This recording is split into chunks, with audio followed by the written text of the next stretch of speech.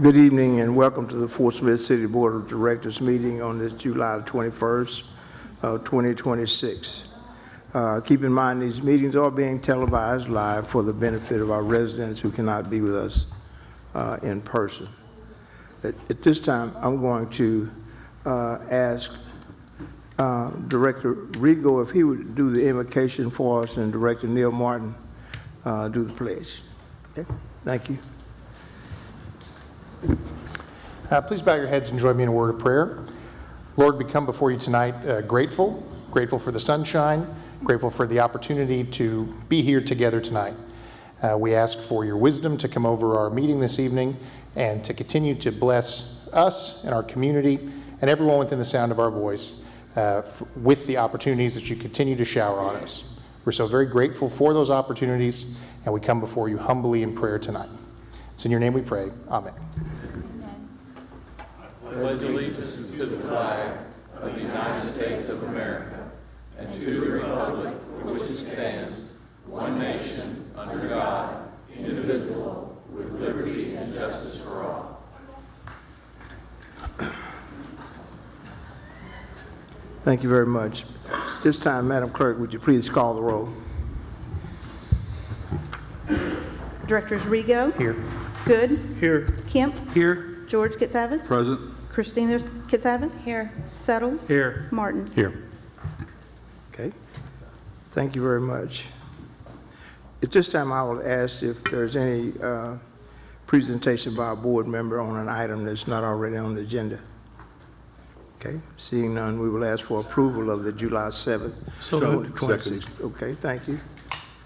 All in favor? Aye. Okay. Thank you very much. At this time, we're going to we have a special presentation this evening. We've got one of our very own that we do want to recognize. And we want to recognize our own police officer, Officer Cal Newman. And if you've been keeping up, you know his story of bravery and commitment to this city and to the work that he's doing with us. So I do have a proclamation, so if I can get the board members, just join me down front. Come on, George. Yes, sir. Go ahead, son. Officer Newman, if you could come down, join us. Thank you.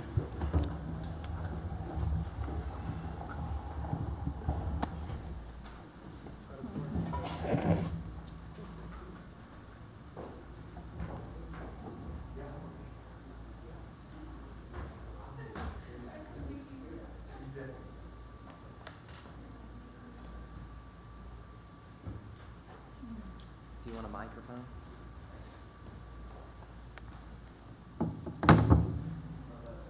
This part. Okay. Thank you very much for joining us, Officer Newman, and thank you for being with us as well. City of Fort Smith proclamation recognizing Officer Cal Newman for his bravery and dedication. Whereas the Fort Smith Police Department stands as an emblem of safety, security, and community engagement. And whereas Officer Cal Newman has faithfully served the city of Fort Smith as a member of the Fort Smith PD since January 27th of the year 2025.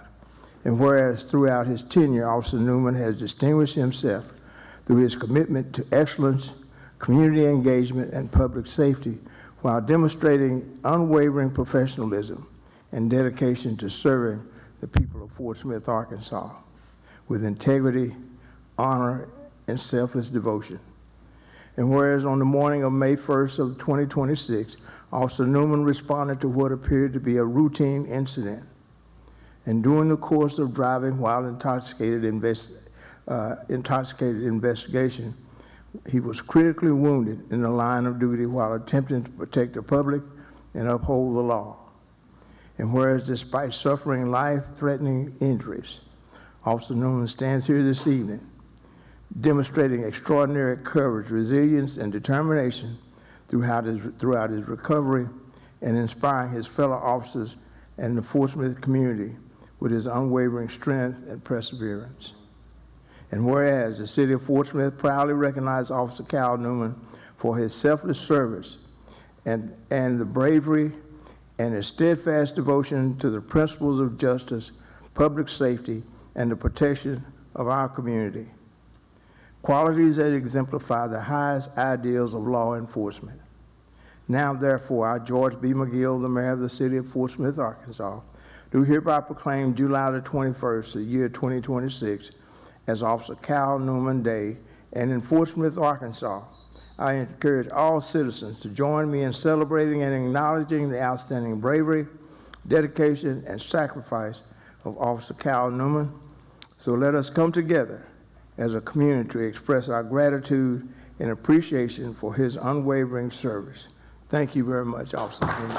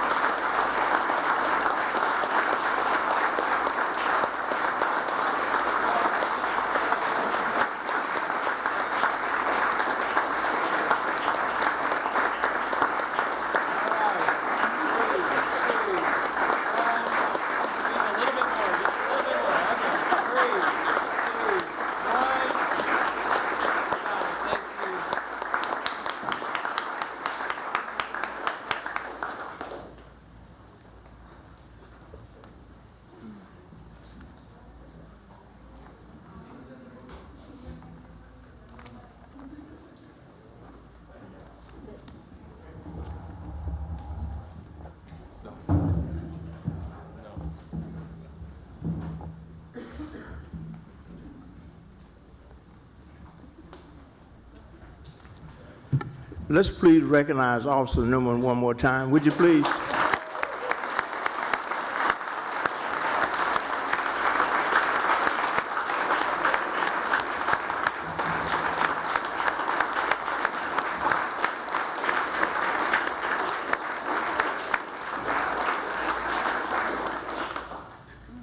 Thank you so much. Mayor, Yes. may I say something? Yes, you recognize it. Any other board member, if you have comments, you recognize just- to speak. We are so grateful to Officer Newman for his service, for the fight and the strength that he showed. We're thankful to everybody who prayed for him and pulled for him, and we're so very grateful to all the doctors and nurses and friends and family and everyone who cared for him. Just a tremendously heroic story that'll inspire us forever. Thank you very much. Anyone else? Director Neil Martin, you recognize. Yeah, a lot of prayers went out for that guy and his wife and his family for protecting us. And I know there's people here. There's some first responders that are here that want to meet with you. That have some things that they want to give you. But we are so grateful for what you've done and your fight. And we're grateful to see you standing right here. That's awesome. Thank you. Thank you.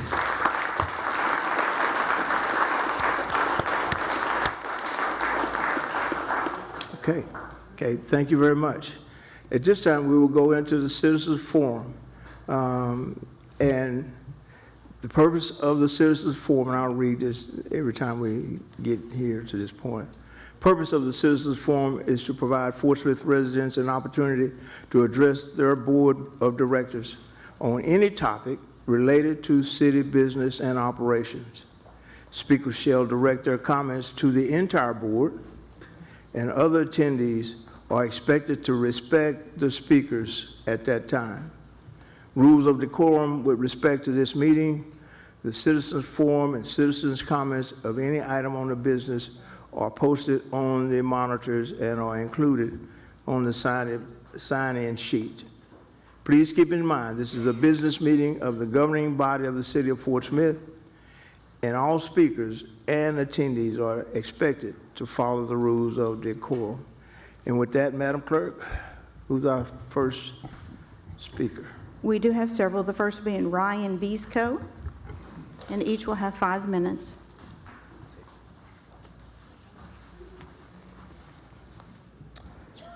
Good evening, board and mayor. How are you guys doing? Really quickly, I just want to thank you, allow me to speak tonight. My name is Ryan Bisco, and I'm here to respectfully ask the board to place the issue of Sunday alcohol sales on a future study session. This is not a request to make a decision tonight. It is simply a request to have an open, data-driven discussion about an issue that many Fort Smith residents and some business owners believe deserves a little bit of consideration. Back in March, during the annual pub crawl event, myself, along with a group of individuals, some that are here tonight, they stood outside of Amigos and collected 1,000 signatures from members of our community who support exploring this change. Those signatures represent people from across Fort Smith who believe it would be a good time to explore this option in our city. This conversation isn't just about alcohol, it's about economic development, supporting local businesses, consumer choice, and keeping dollars in Fort Smith instead of watching them leave every Sunday. I respectfully ask the board to dedicate a study session to reviewing this economic impact, hearing from local businesses, understanding the legal process, and allowing the public to be a part of that conversation. Some reasons to consider it: I feel like it would keep local dollars in Fort Smith, increase sales tax revenue for the city, support local, give consumers and businesses a choice, and let the community have the conversation. I also know that everything comes with pushback. So some of the things that may be a concern is we don't want to encourage more drinking. This proposal doesn't create demand. It acknowledges the demand that's already existing. People want to purchase alcohol on Sundays, are already doing so. They're simply leaving Fort Smith to make those decisions. We did a quick little petition thing. These signatures are not the normal that you would need to push this to a vote. These are just people of public interest. There are 1,000 of these, and I brought them here to show you just that there's some interest. In closing, tonight I'm not asking the board to approve Sunday alcohol sales. I'm simply asking to approve a conversation. A study session would give the board the opportunity to hear from residents, business owners, law enforcement, faith leaders, and anyone that has a concern. Fort Smith deserves the opportunity to examine whether we're losing customers, losing revenue, and losing competitiveness every Sunday simply because people are choosing to spend their money elsewhere. I respectfully ask that you place this issue on a future study session agenda so our community can have an informed, transparent discussion about what's the best interest of Fort Smith. Thank you. Okay, thank you.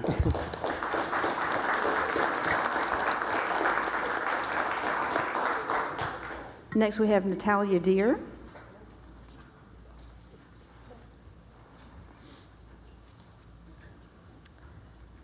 Hi. So tonight I would like to talk about bathrooms. So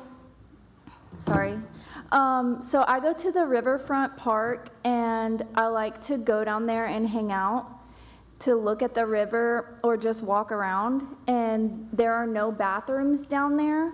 And so I made a video complaining about this and I posted it on the Fort Smith group, and it kind of blew up. And then shortly after that, like a couple of days, the bathrooms at John Bell Park were opened. But also, I would like to address that while it is down there in the same area, it is also very inconvenient because you have to actually pack up and drive all the way down to John Bell Park, which it's not that far, but it's kind of far and inconvenient because I actually went to just look at the river and then I had to go to the bathroom, so I went. And then by the time I was done using the bathroom, the rain had got there. And so I didn't get to enjoy the park that day. So I had to wait till the next day that I had available to go to the park.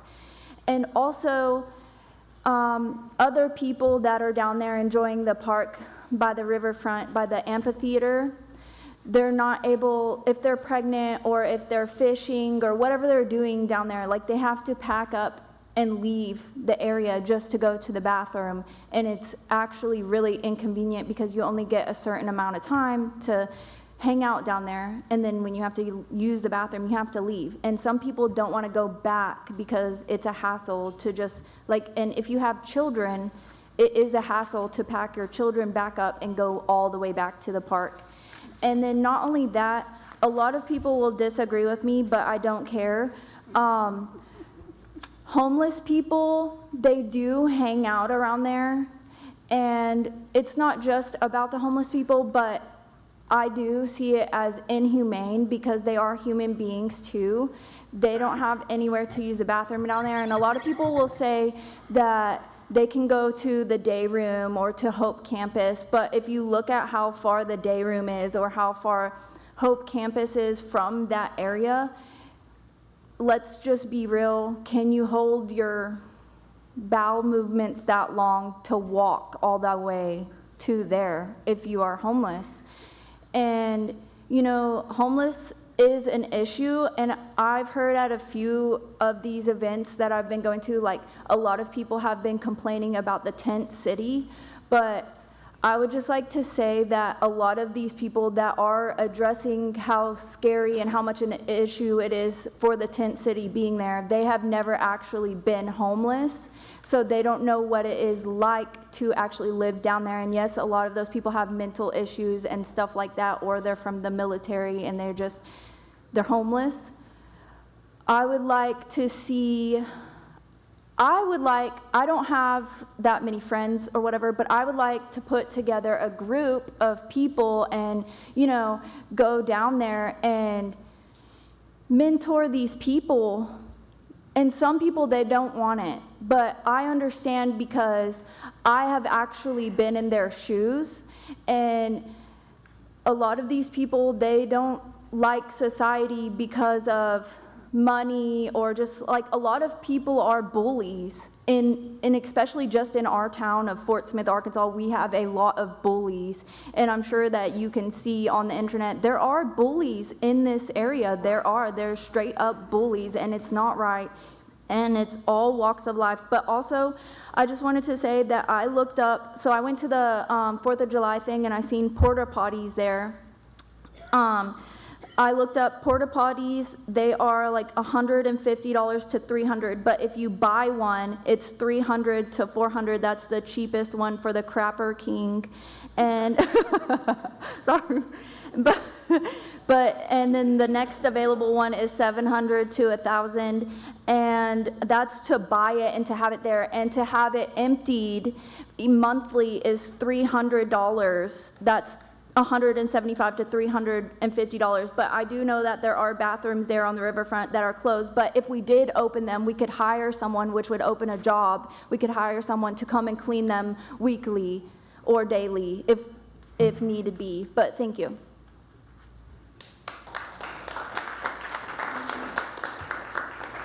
Next, we have Wendy Peer.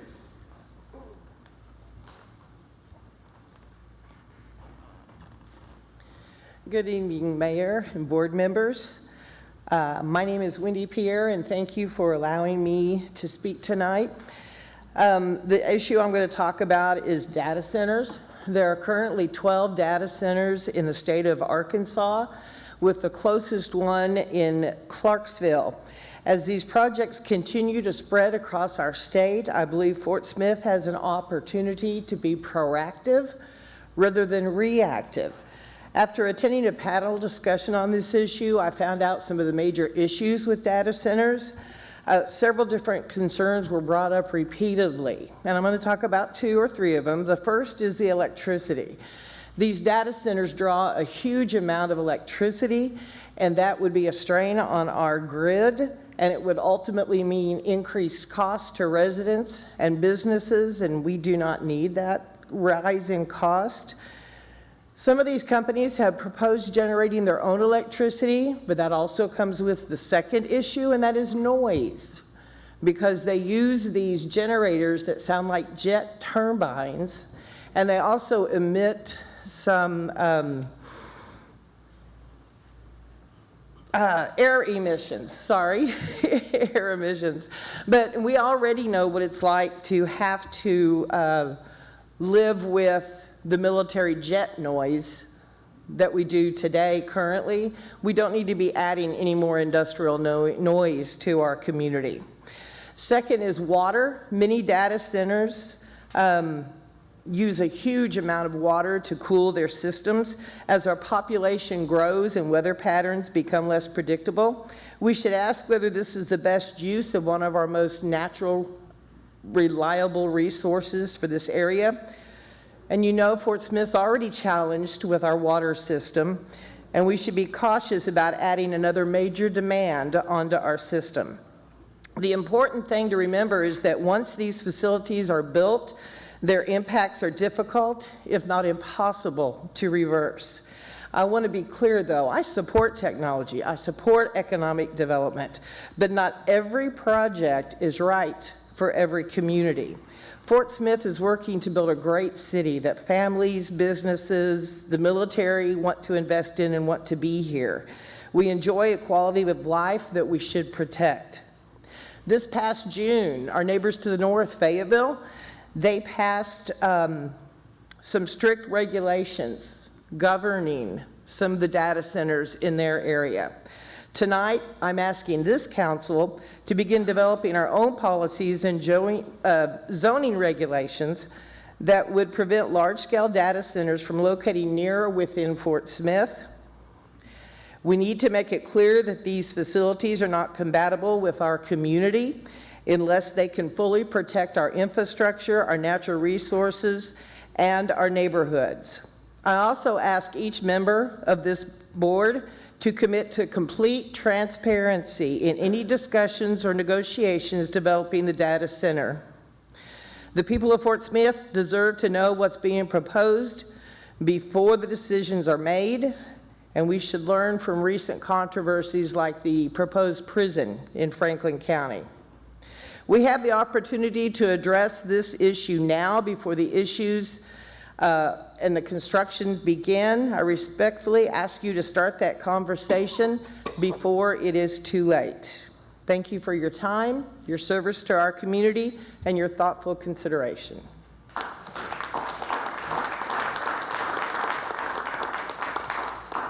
Next, we have Quentin Cunningham.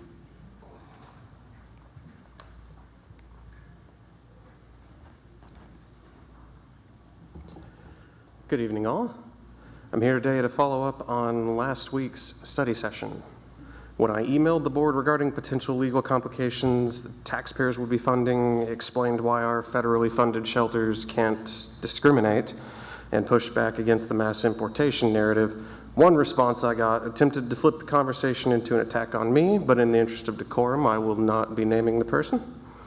They demanded my solutions to issues separate from the concerns I raised. This was the first acknowledgement I have ever received from them, even when I emailed about an information leak that affected 249 Fort Smith residents. I will answer that demand here, so the public and the voters can hear them. First, on the drain on resources comment. Instead of bickering about who deserves emergency services, why don't we try partnership? We should work directly with our police department and our shelters to establish a dedicated beat liaison as he requested last week. If we can't do it 24 hours, why not peak hours? This would provide on-site de-escalation, faster response for legitimate needs, help clear up the wild conspiracy theories that are still circulating, and free up our patrol officers. It's a practical, targeted solution that supports both our shelters and our first responders. With the proper resource allocation and shuffling, little to no extra money is going to be spent.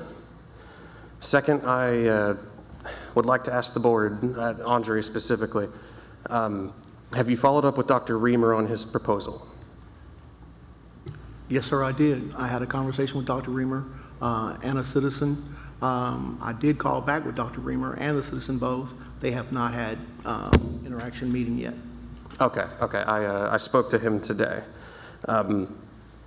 Honestly, I feel his proposal is very, very reasonable. It'll address rising veterinary costs in Fort Smith. When we spoke today, he gave me quite a few horror stories about citizens who couldn't pay to help their animals and had to either euthanize them or he had to try and help them as best he can. We should explore his idea further. Small proactive steps like that, along with our incredibly effective and helpful voucher programs, it benefits everybody in the long run. An ounce of prevention is always worth a pound of cure. Finally, we must address the root causes of our homeless crisis. Gentrification and predatory real estate practices are driving up housing costs and pushing more people out of their homes. I talk to citizens daily about this issue. There was a gentleman who works about a block away from my house. I asked him if he would sign my petition and the government change petition, and he told me he just recently moved out. He's now in Pecola. That's a large issue we're going to continue facing, so I recommend we conduct a study on targeted interventions stronger code enforcement against slumlords, incentives for affordable housing development, partnerships to preserve naturally occurring affordable units, and options such as inclusionary zoning and community land trusts. We could also implement a similar plan to help our small businesses with community land trusts, keep them from struggling and being driven out of town like Vinnie's Pies. Now, for another part of that email, crimes should be enforced vigorously regardless of whether the perpetrator is housed or unhoused.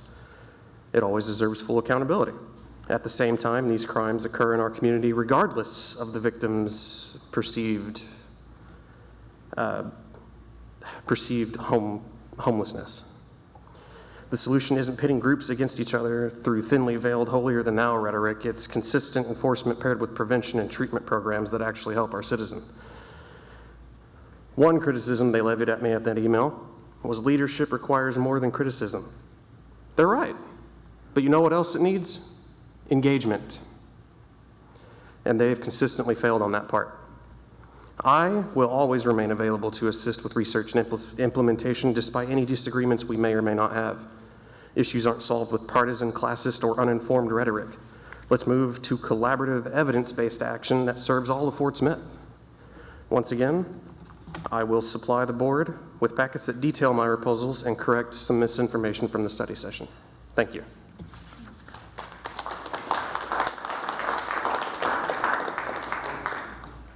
Next, we have Jason Skurbitz.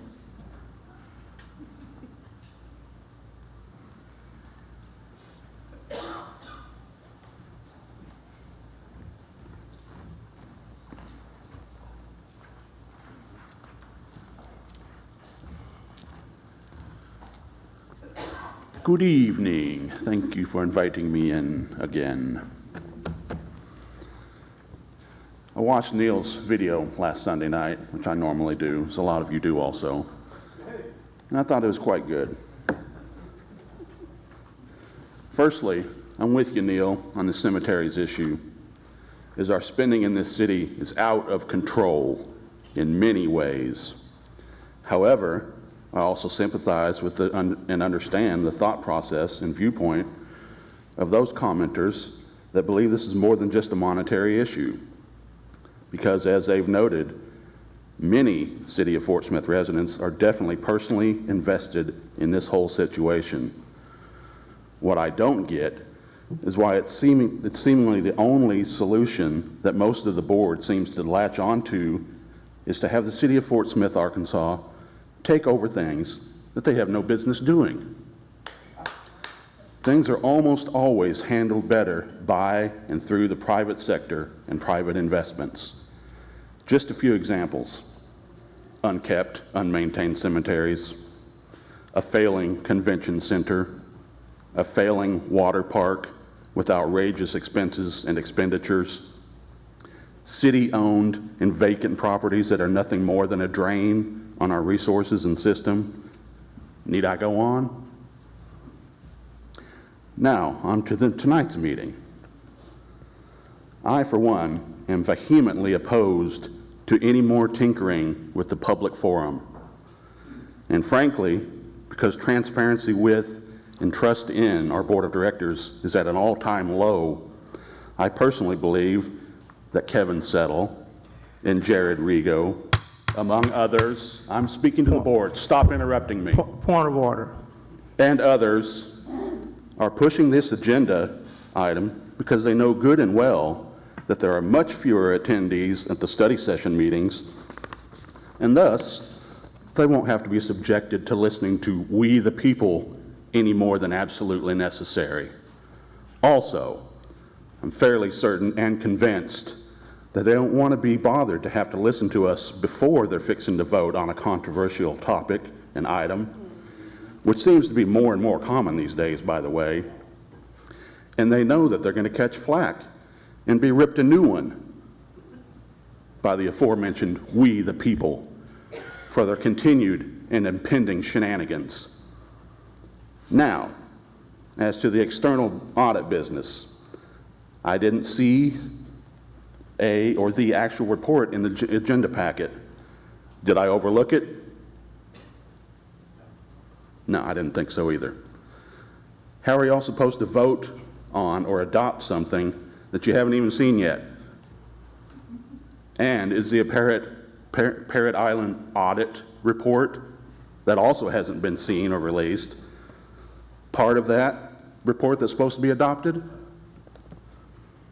Next, with this whole trail grant scenario, where we get nearly $2.5 million of grant money to connect some existing trail infrastructure, but grant money, but only if and when we, the citizens in the city, pony up that same amount, another $2.5 million.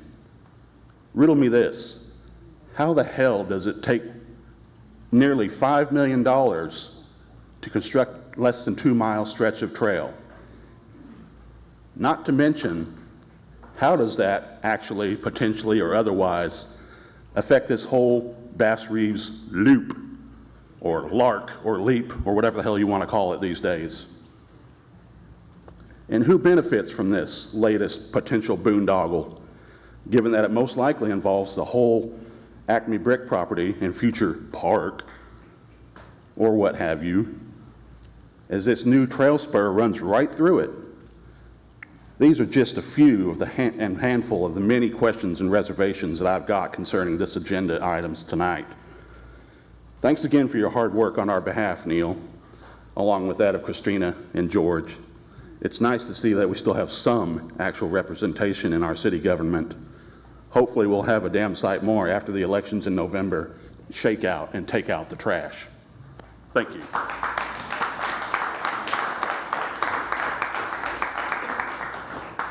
Next, we have Shane McKinney.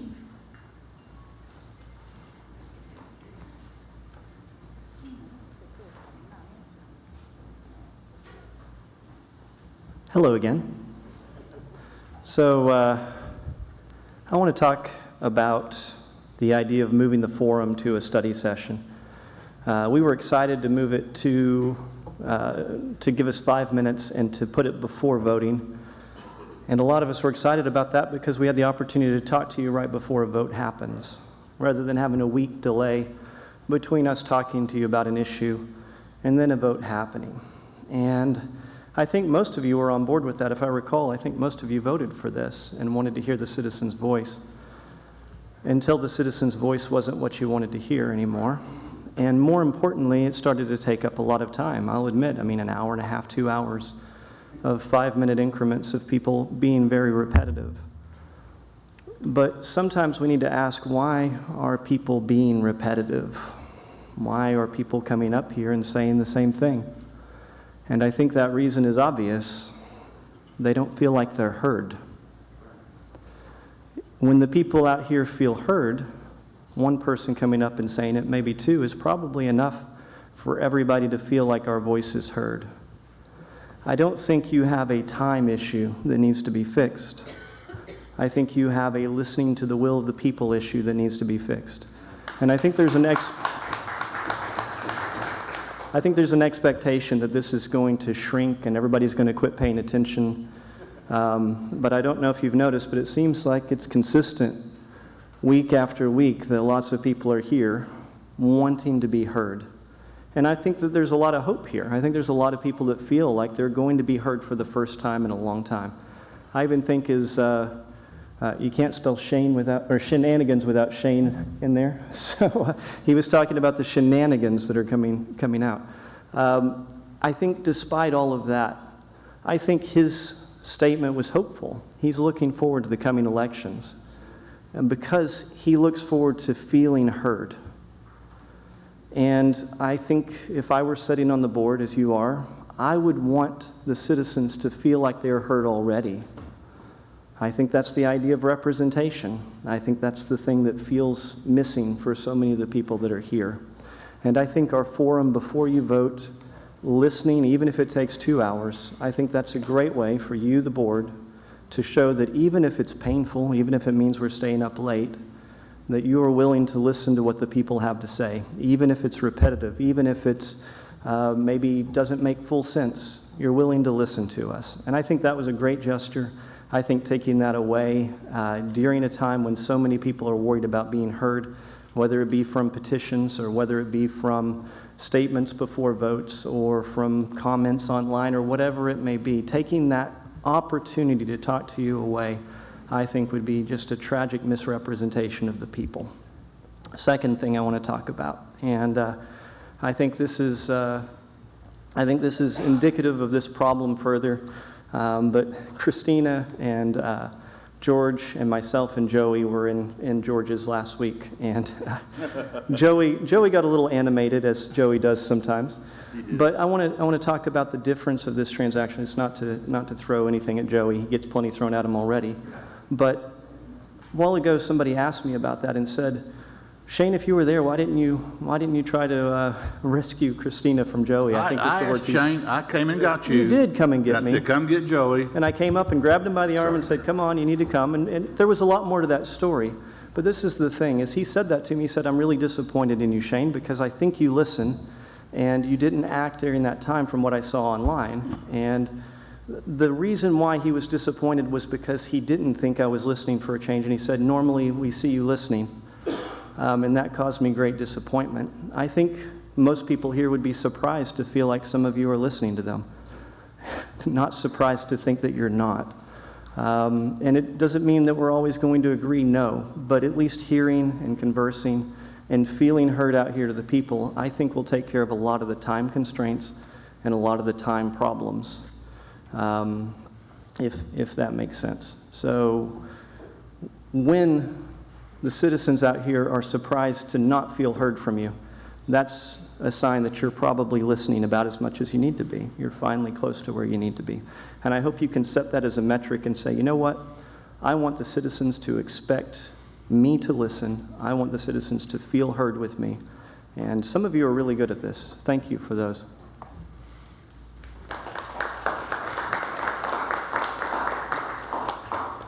Next, we have Janie Pugh.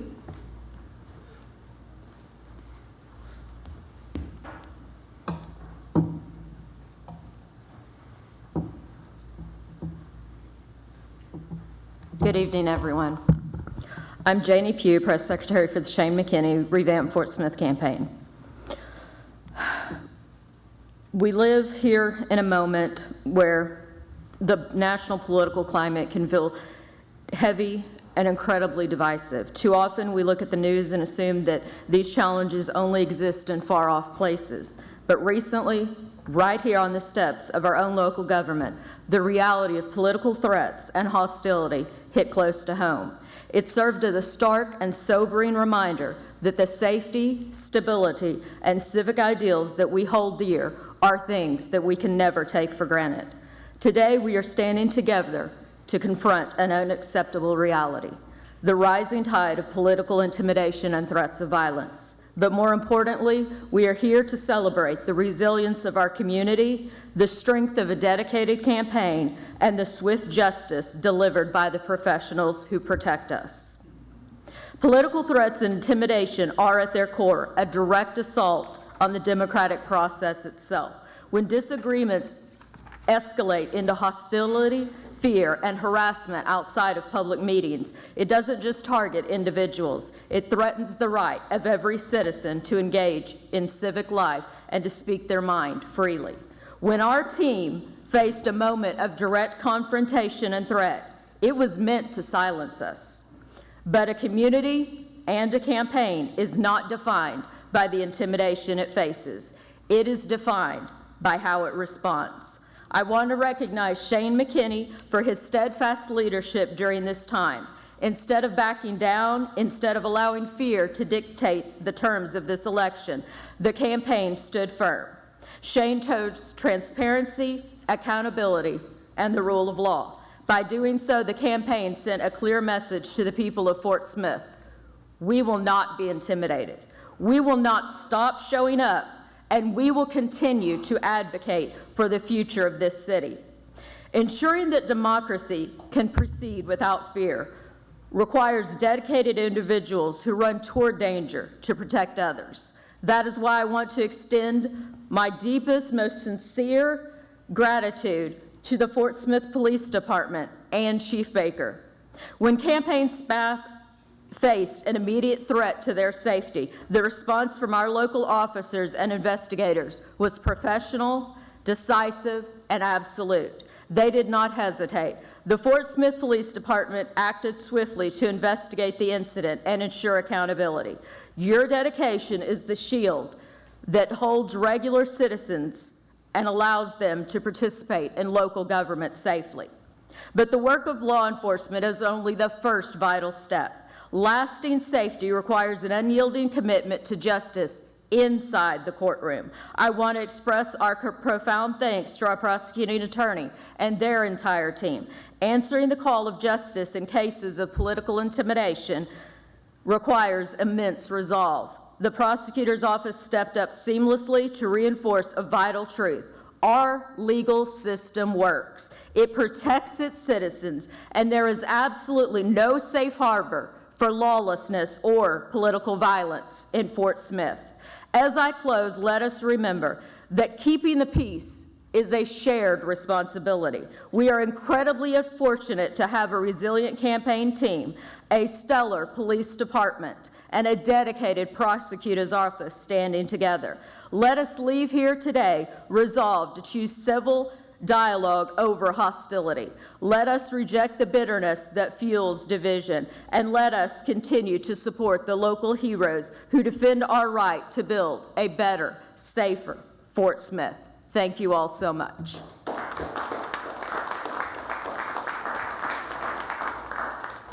Next, we have Jamichael Robinson.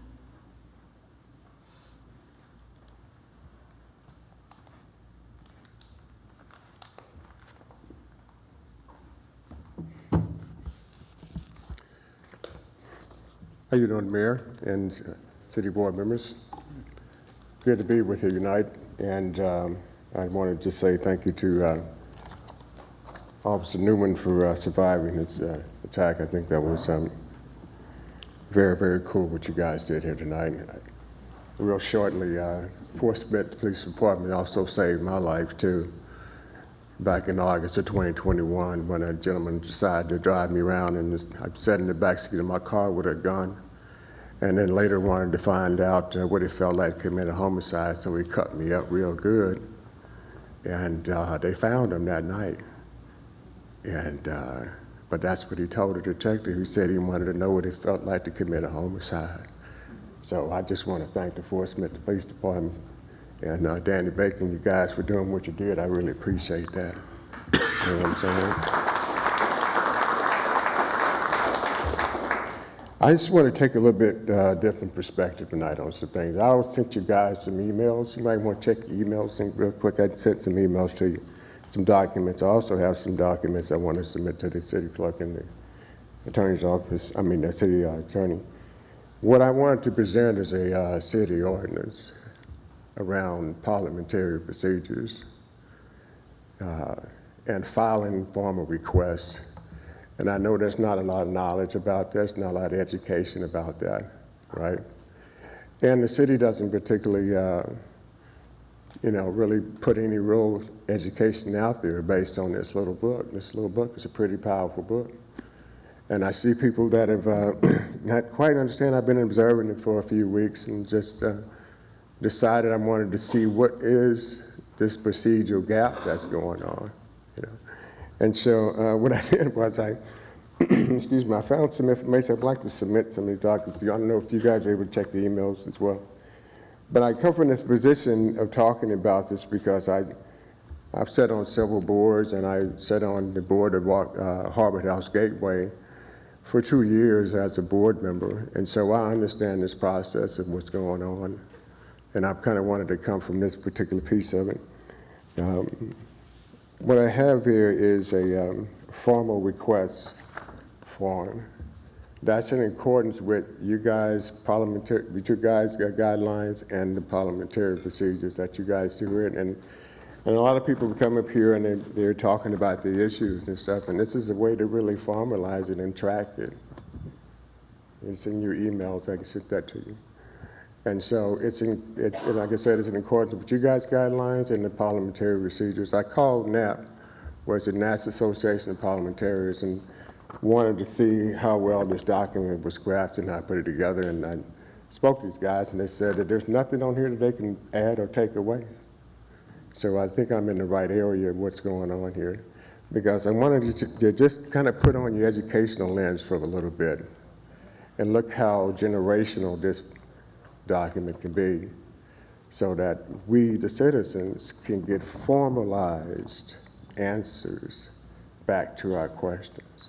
And I know that I'm not trying to reinvent the wheel. I'm just trying to refine it just a little bit, you know what I'm saying, to give us some procedures so we can all track the process of how these things go. And I'm not sure if you guys are able to see that in your emails. Is that correct?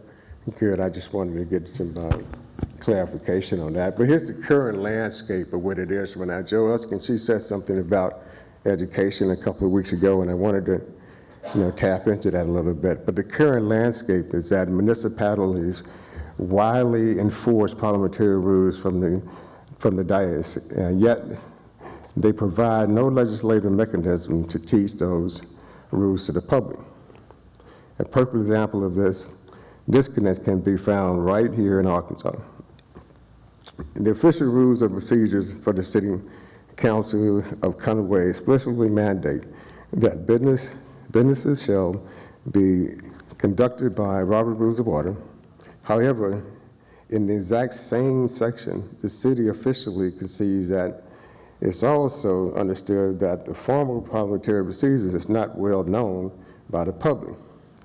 Cities are legally requiring citizens to engage with the system that citizens themselves admit the citizens do not understand, while entitled that the Arkansas Cooperative Extension Services published pocket guides for parliamentary procedures. These are merely internal resources, not integrated local government. Mr. Robinson, 5 minutes are up, and thank you for your presentation. I got now 10 seconds here, sir. I would like to submit these to the city's office. It's already up. No, It's counting up. it's counting. My bad. Can I admit these to the board, please? Yes, sir. Thanks. Next, we have Joe Elskin.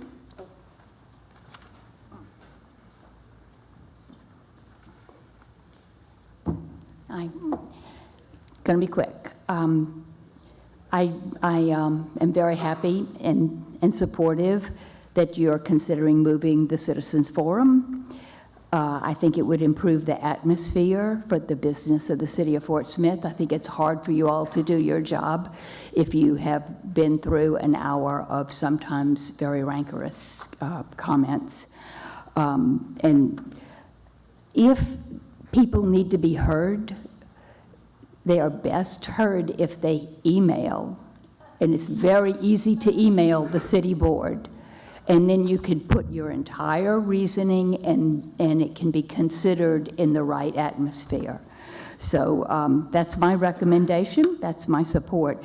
The next point is tourism is very, very important to our economy. Trails are being funded in Northwest Arkansas, and I feel like the May Branch Railroad Trail, of course, would be covered by parks funding, so it's already set aside for parks. It can't go anywhere else. It might as well go to improve that trail, or create that trail.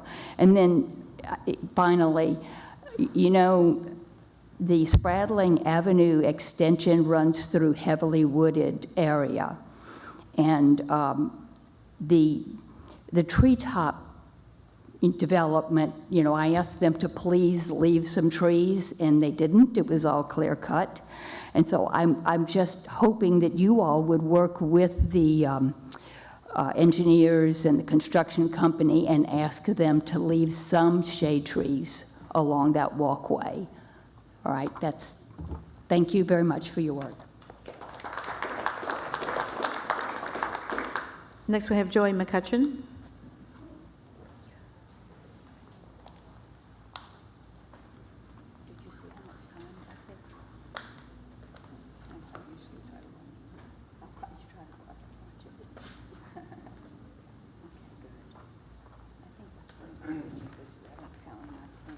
Joey McCutcheon, Fort Smith. I think it's great tonight to hear about data centers, the homeless. We're going to hear about flock cameras, which is a major constitutional issue, in my opinion. We have some people talking about history tonight. We have the Housing Authority folks here to comment tonight, I believe. We've had comments about the citizen comment. We've heard about Officer Newman. So, hey, this is great. This is what citizen engagement's all about. I want to give a quick update on where we are with the petitions. Today, we were planning to submit them to Mayor McGill, who graciously said he could meet with us at 10 o'clock this morning. But last night, we received a comment from a citizen who had concerns about some of the signatures she had collected and whether the process was being followed correctly. I love that, you know, and no criticism toward that citizen at all. That's the way it should be. We held off because we want the process to be filled with integrity, and that's what we've done from day one, and that's what we're doing today. We're investigating this, we're looking at this, and we want to make sure that it's done the right way. So we're looking into it now, and if we need to report it to the Ethics Commission or anything else, we'll do that. Understand that. The truth is these petition drives must be handled carefully. There are all kinds of reasons why signatures are routinely thrown out.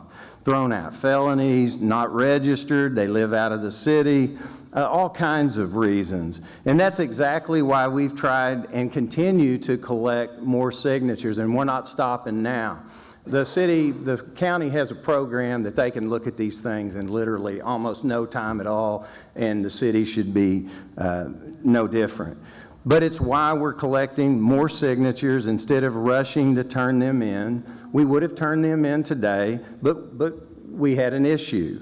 Now, this has been a completely grassroots effort, 100% by volunteers. Many of them are here tonight, regular citizens volunteering their time. Last weekend, several citizens stood out in 100-degree weather. And we're going to continue to get signatures, because you know what? It's more than just getting signatures. It's about citizen engagement, and that's what we're seeing tonight.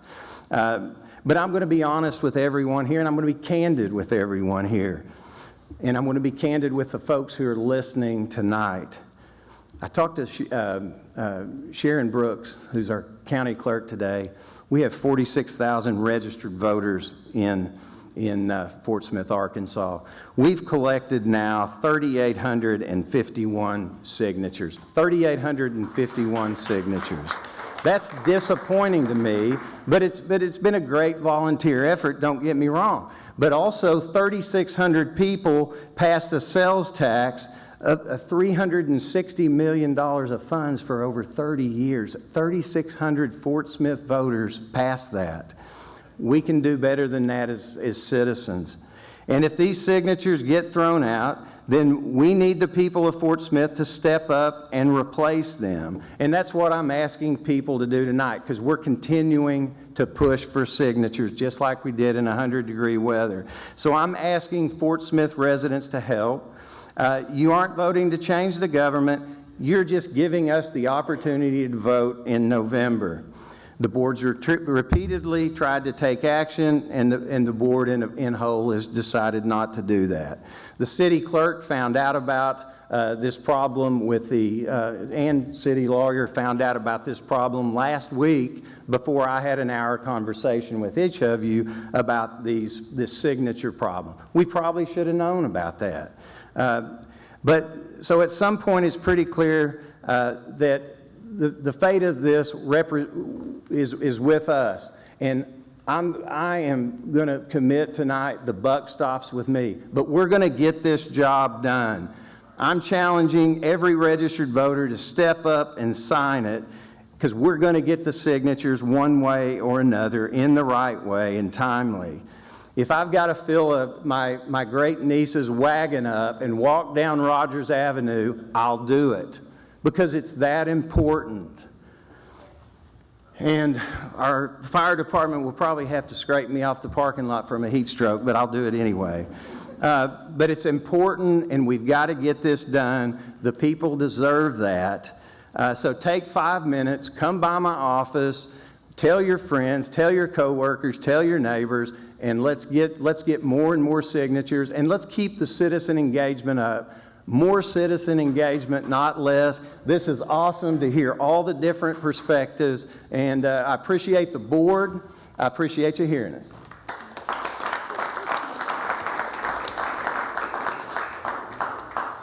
Next, we have Mitch Minnick.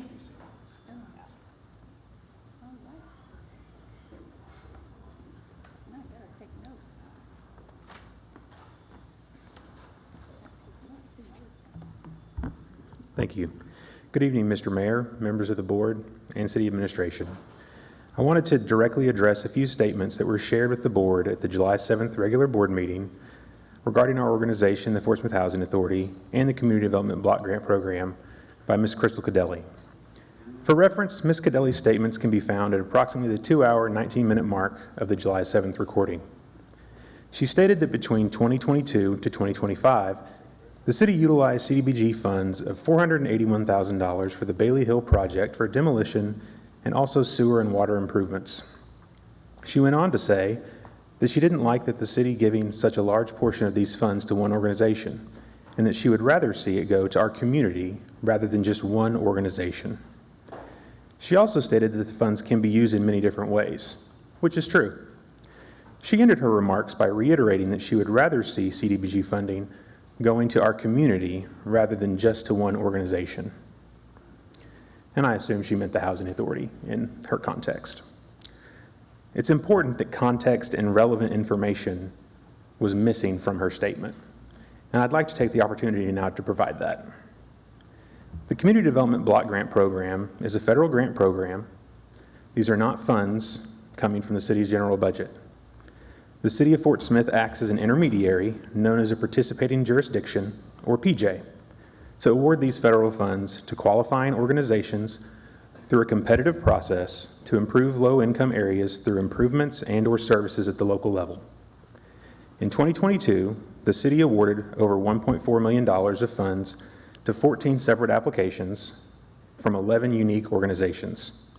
The Housing Authority received approximately $343,000 that year to assist with the demolition of the Bailey Hill Reservoir. It was approximately 24% of the CDBG funding for that year. In 23 and 24, the Housing Authority did not apply for CDBG funding. However, the city collectively awarded over $1.6 million to 29 separate applications and 25 unique organizations in those 2 years. In 2025, the city awarded $780,000 of CDBG dollars to 10 separate applications and 10 unique organizations. The Housing Authority was one of those organizations that year, receiving about $139,000 for utility work for the Bailey Hill project. In total, the 22 through 25 period Ms. Cadelli referenced saw over $3.8 million of CDBG funding awarded for our community to anywhere from 10 to 15 unique organizations each year. The Bailey Hill applications totaled approximately 13% of the total CDBG funding for those years. Expanding the review to include the last year, which was 2020, that the Housing Authority received CDBG funding for something other than Bailey Hill, which was financial assistance to purchase a people mover van to help us transport Nelson Hall residents. That review from 2020 to 2025 shows a total of $5.5 million of federal CDBG grant dollars being awarded to as many as 18 unique organizations over that time period. That 6-year period, the Housing Authority received approximately 9% of the CDBG dollars. I'm happy to report that any claim that all of the federal CDBG grant dollars are going to one organization is unfounded. The opposite is in fact true. These federal grant dollars are being utilized by multiple agencies throughout our community to help our low-income community members, from young infants to the elderly, from the unhoused to the housed.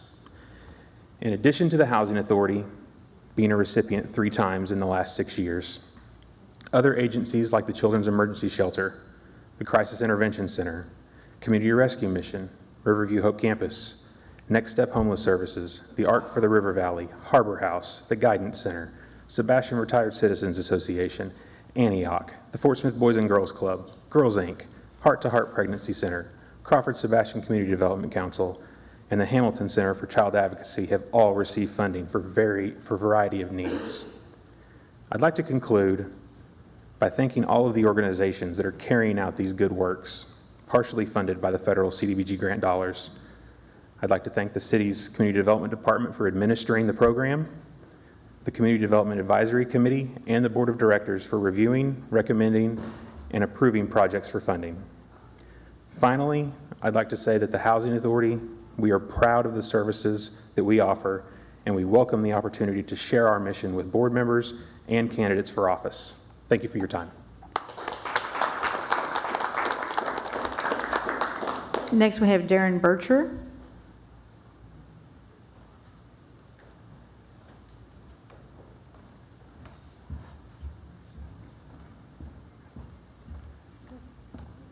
Good evening, Darren Bircher with the Fort Smith Housing Authority. Just wanted to give you a quick update. There was some information requested at the June 23rd study session, and so I wanted to give a little more information on that to you guys. As we previously shared, Forsgren won the bid after a competitive sealed bidding process that the Housing Authority entered into a contract with them for the total project cost of $1,754,231.50. That work has began at that project on June 29th, and the work's scheduled to be completed in 2026 to the early 2027. A breakdown of the streets and drainage work was requested at that June 23rd study session. Our engineer, Hawkins Weirs, prepared that breakdown, which we shared with the city staff today, so that can be included with the information and transmitted to the board. The total scheduled cost of that project was $1,273,310.50.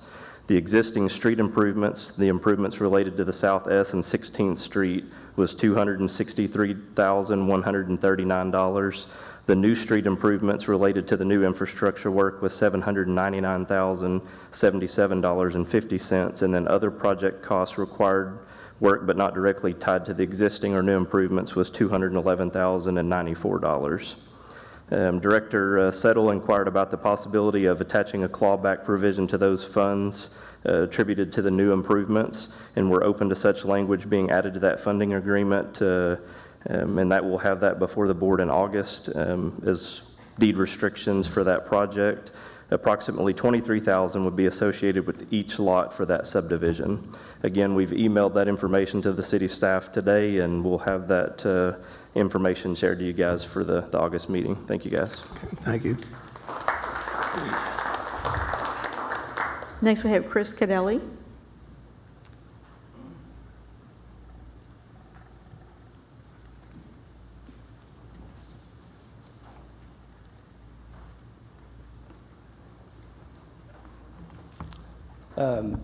Good evening, and thank you for the opportunity to speak tonight. Hadn't really planned on saying anything on this, but since my wife was brought up, I'm just going to say, I'm not going to speak for her. She doesn't need me to do that. But from my perspective, my only objection to the Housing Authority asking for the $1 million was where it was coming from the streets, bridges, and drainage fund. That was my personal objection. What they get from what the CBDG gives them, I don't have any question about that. That seems like that's how that normally goes. So that was my concern. Today was supposed to be the day petition signatures would be presented to the city to begin the process of certification. Right out of the gate, we have procedural roadblocks being thrown up. This merely highlights and validates the numerous pleas from citizens for the board to pass all the numerous obstacles and delays those who oppose this change of government will deploy.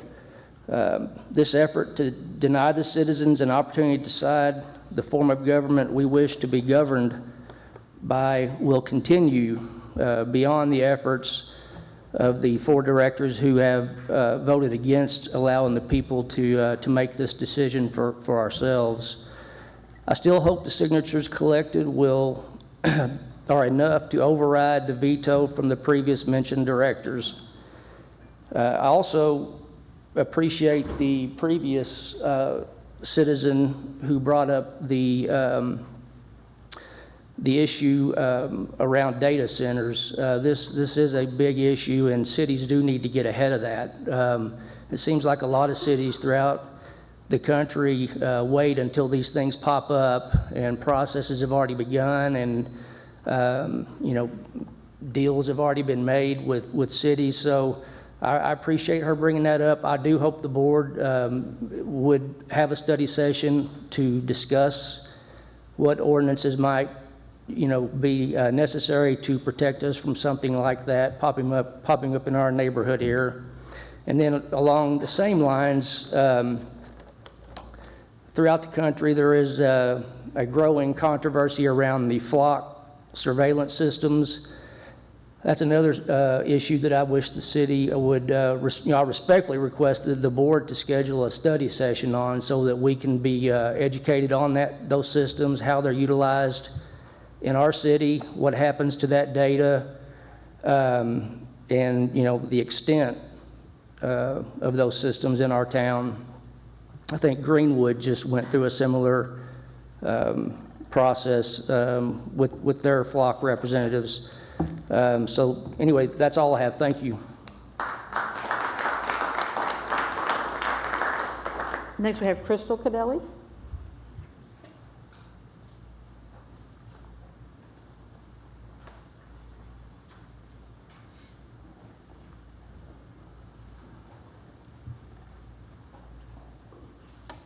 Good evening, Board.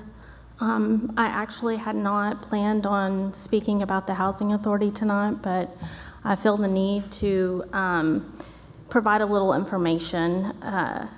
One, I think that it's interesting that decorum, we are not allowed to mention specific board members' names, but I believe Mr. Minnick just mentioned mine multiple times.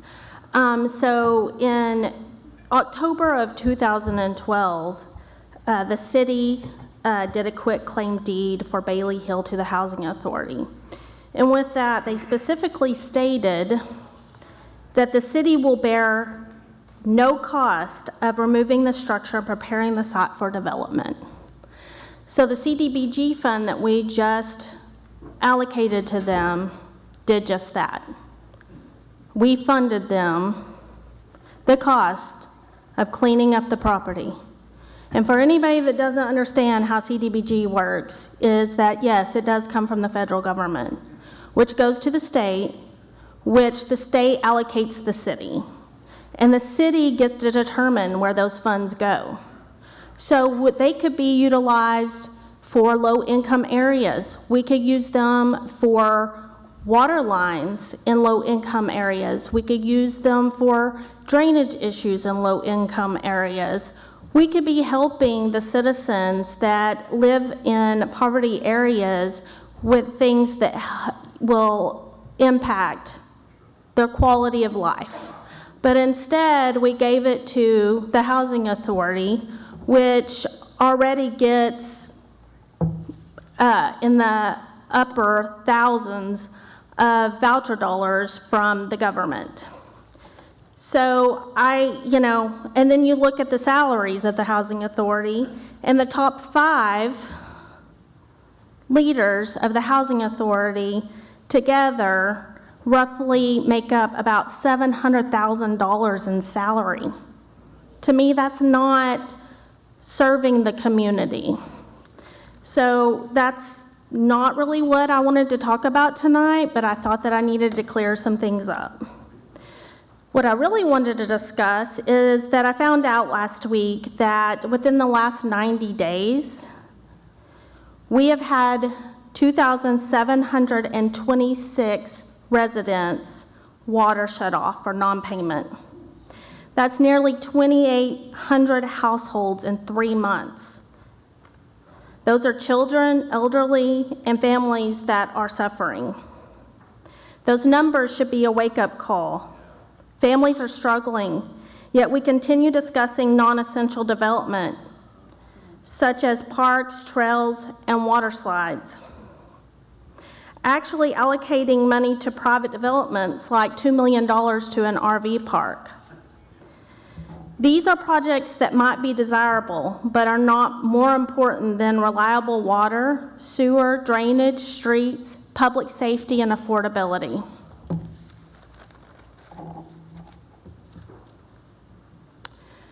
We cannot prioritize the appearance of progress while residents face rising utility bills, broken meters, water shutoffs, drainage problems, our aging transmission lines, our sewer infrastructure, and our police that aren't even able to properly help our city. We do not have enough police officers per area. We don't have a pumper truck at Station 11. We increased our firefighters, our police, and our city employees' insurance by 30%, but didn't increase their salary. Fort Smith is trying to develop, though we are already an entertainment destination, but we are not a Branson. A trailer or a park is not going to bring in millions of people and pay for itself.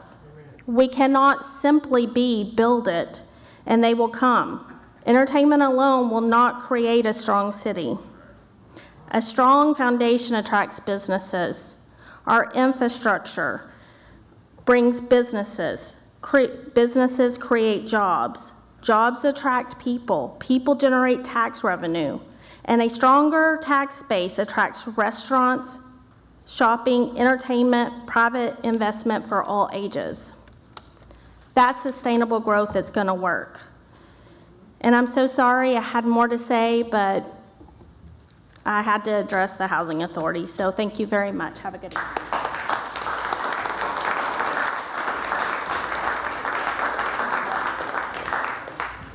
Next, we have Richard Morris.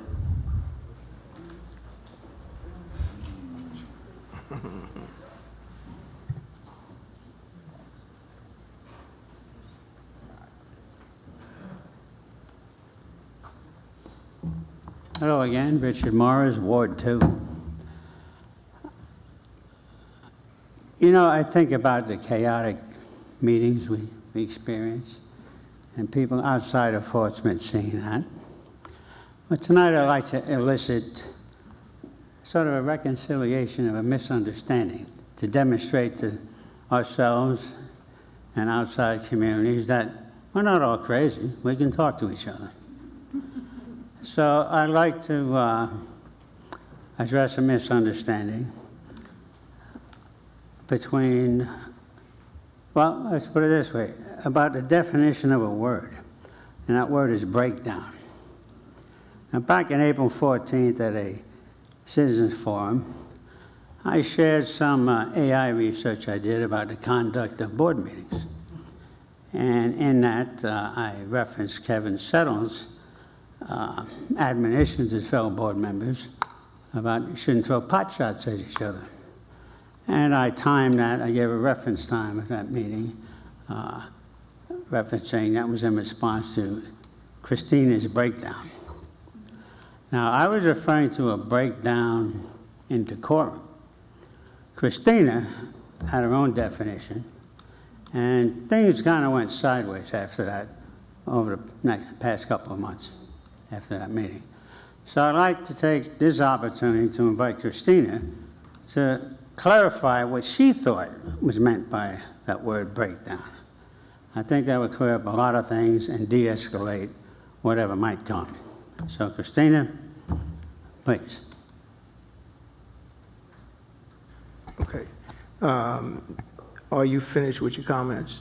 No. Again, it's not a question and answer, but you may continue. Go ahead. Oh, hold on.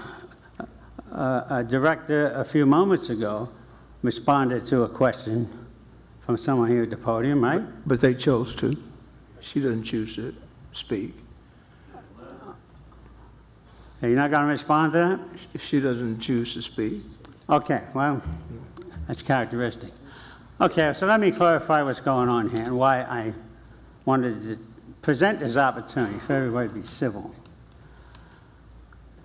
If Christina misunderstood the connotations, all she had to do is look at the context of her statements. And it was a lack of decorum. It was a breakdown in decorum, breakdown in communication. That's all it was.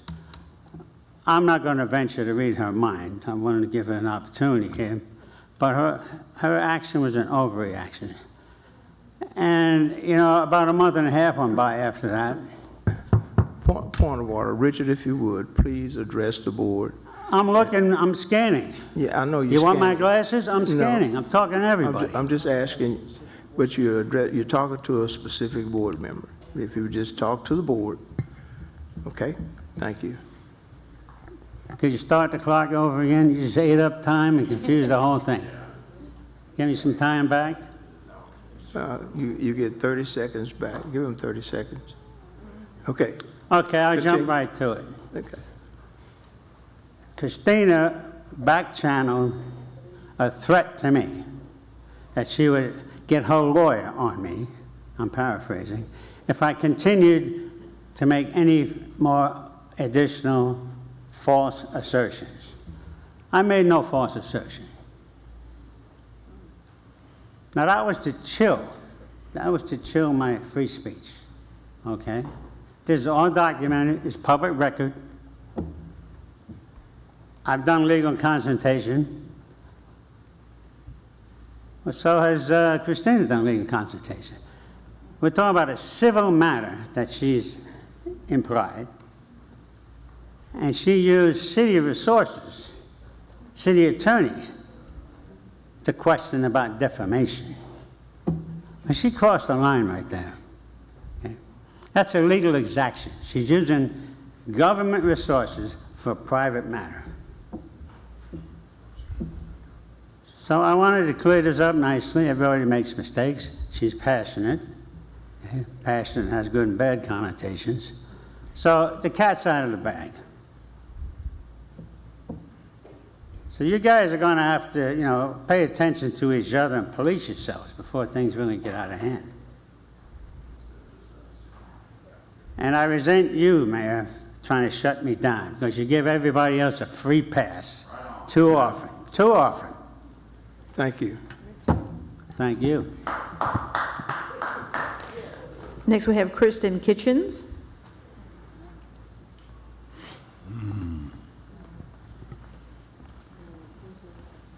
Good evening, Board and Mayor. It's hard to follow normally after Mr. Morris here. You know, he's a great public speaker, and, you know, I get nervous up here, things like that. But what I'd like to talk about is I was aware that we have just received $1 million for Brownsfield money for Whirlpool. And I would like to make sure that that money is, we got it in June 2026 from what I understand from the EPA. But what I'd like to make sure is that we are able to manage those funds and make sure they're spent for that, if that's what it's for. I was kind of confused because I saw that I didn't think the city owned that, so I was a little tad bit confused on that when I saw in the EPA stuff. Now, also, I started looking at the NPDES permits within our city, and I noticed that we do not have one for Parrot Island. There was one for the Ben Guerin Aquatic Park, but there has not been one filed for Parrot Island. And if we use a lot of chemicals and we buy a lot and we're going to be doing an audit, I thought maybe we should audit also the chemicals. I didn't know if maybe that's why we were putting more slides in so we could have more chemicals if we're sharing them with our water department. I wasn't quite sure, but I thought this is something we might need to look into. And also, Acme Brick does not have any stormwater permits or anything, and we have some company leasing the other side of it out of the, I guess it'd be the side that the store, Acme Brick stores on, and we have a contractor out there that's got a whole bunch of stuff stored out there, like garbage piles, and there's not any, if there's not any stormwater permits, and we also have gas wells out there, I was concerned about that as well. Okay, thank you. You're welcome. Next, we have Dan Williams.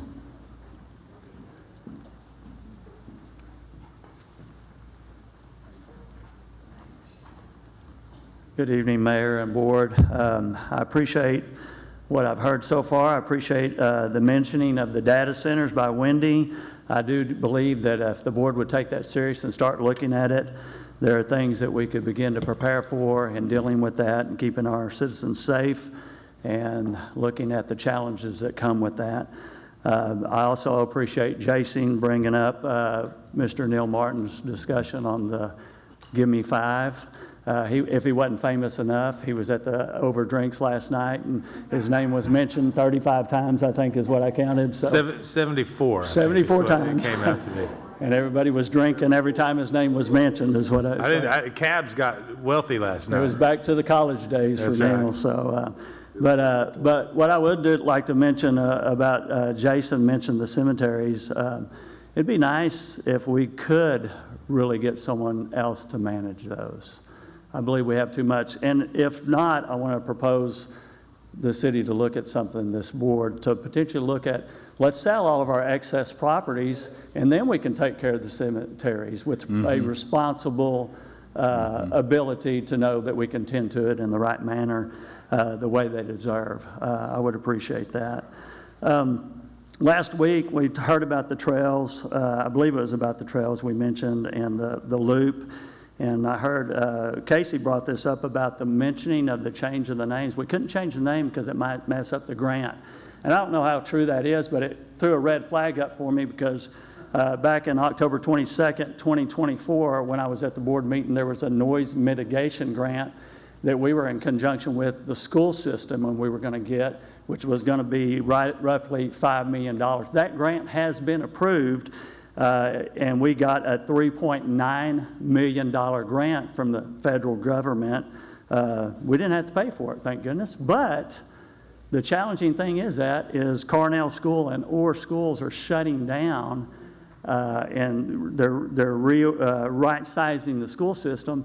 And part of that grant is going to Carnell schools. And I'd like for the city board to look into several of the emails that Jeff Dingman had with our federal government and how to keep that grant even though that school was going to shut down. Because it seemed like there was some negotiation there when I FOIA'd it, and I went back and looked at all that I really believe has something to do almost like this name change thing. If we change the name, we can't get the grant, or if we shut down a school and we get grant money, how can we keep it, and can we put school kids in there for a period of time to keep the money? I don't know, it just seemed odd. I'm not saying anything other than I need someone to look into it. Can y'all do that for me? And so also on the 5 minutes for the study session, it'd be nice to keep this that we have and add 5 minutes to the study session. Because if y'all want to build trust with the community, y'all are going to have to go the extra mile. And, you know, it's going to require work, and we're here to help. I'm going to tell you, there's a lot of citizens here that have great ideas. I talk to people every day. They have some profound ideas that can help you. You just won't spend time. You'll listen to the people you want to listen to. And so I believe it'd be great to just go ahead and double down and ask for 5 more, or let's do 10 minutes. You know, I plan on staying the rest of the meeting and being here with you guys. I've learned to love you. I really have.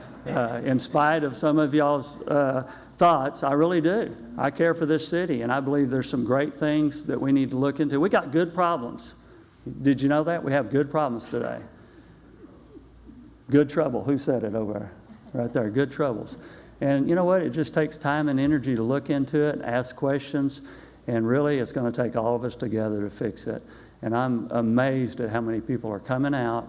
And I believe more and more people will come out because people do love this city. And, you know, I believe, like Ray Baker used to say, life will be, even though it used to be, will be worth living in Fort Smith again. Thank you.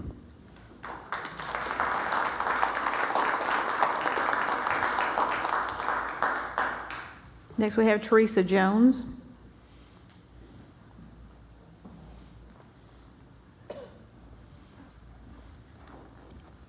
Good evening, Board.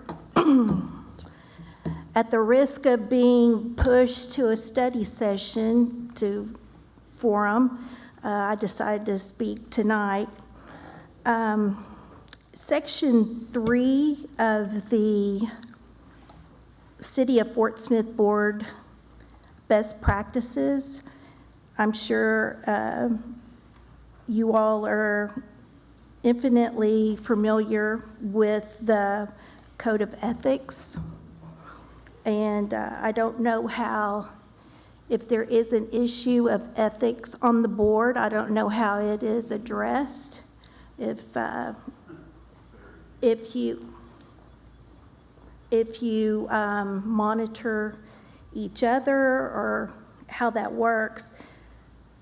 But in case you missed it, on July the 7th, there was a vote for rezoning of property at 705 Xavier Street in Fort Smith, Arkansas.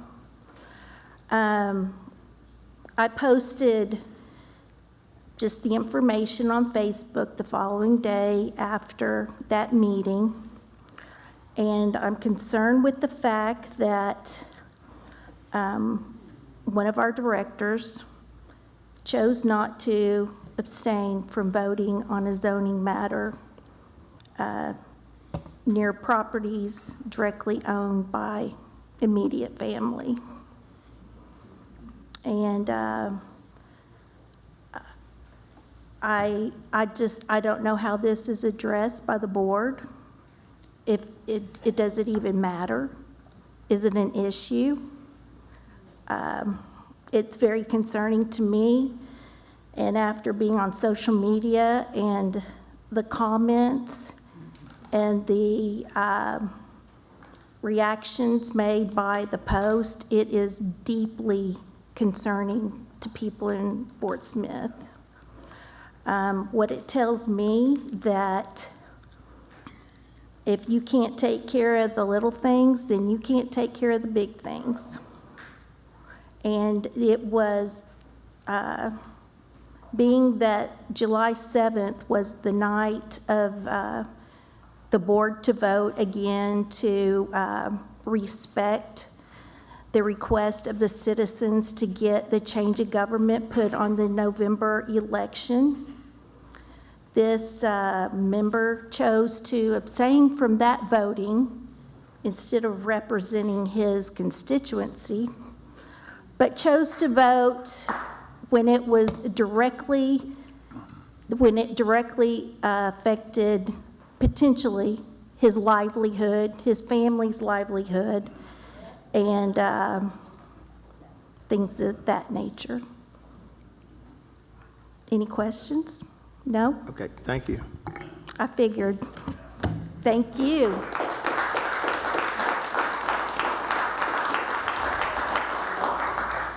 Next, we have Levon Morton.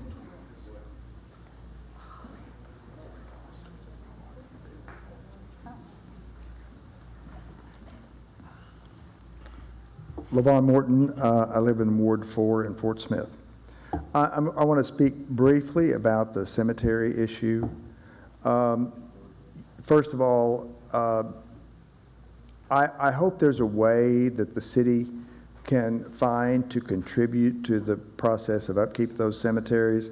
I would say that the group that has basically maintained that organization, gotten donations from the public, and generated revenue has done an amazing job of reducing the shortfall that is there. So the need for city funding is much less than it would be otherwise.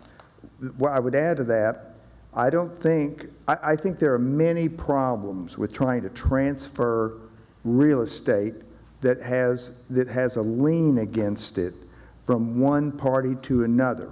I think there are so many issues there that it could never actually be done unless the bank released the lien ahead of time, and even then, I don't think it's advisable for the city. The problem there is you're locking yourself into a long-term commitment. And while I believe that maintenance of the cemeteries is very important, you can't take that on forever.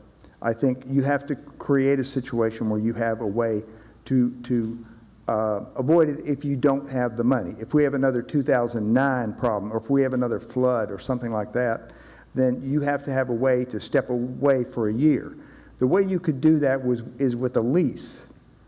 And you do a one-year lease, renewable at the option of the city. Now, that brings in the question of, in order to do a lease and pay for it, the city has to receive something of value in return. And I would urge the city to sit down with the group that runs Fort Smith Cemeteries and try to work out some value the city can receive. And there are a variety of things that I can think of, and I think there are people that have sent in information to the city that might be good ideas that need to be explored. It's just worth the effort, but it's going to take some effort. It's not going to fall out of the sky. I've known some things recently where the city just didn't make any effort to do something important. Now, it eventually got turned around and fixed, but the city must make an effort on things like that. And that means sitting down with people and really working hard to try to come up with something of value that benefits the city of Fort Smith legitimately, not something made up. But the lease is the way that if you get to a year when you absolutely don't have any money, you can just say to the organization, look, we cannot fund this year. You know, we don't know about a year from now, but 1 year leases at a time. It happens in business all the time. So thank you for the time. And last, we have Michaela Gaffney.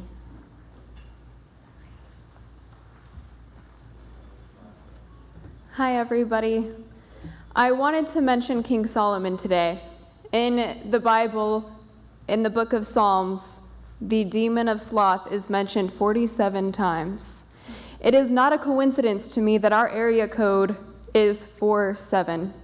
This is something that we deal with greatly in our city and in the area that we live in, is people that do not have stewardship and the will to drive something forward. Since moving here, this city, and before I continue, because this will be offensive to some, is I would like us to understand generalizations and nuances. This is general as opposed to at large, and the nuance would be if it does not apply to you, then it would not pertain. When we look at the city at large, I have noticed more often than not people that feel entitled, people that think that they deserve things that they have not worked for, people that want resources that they are not willing to gain.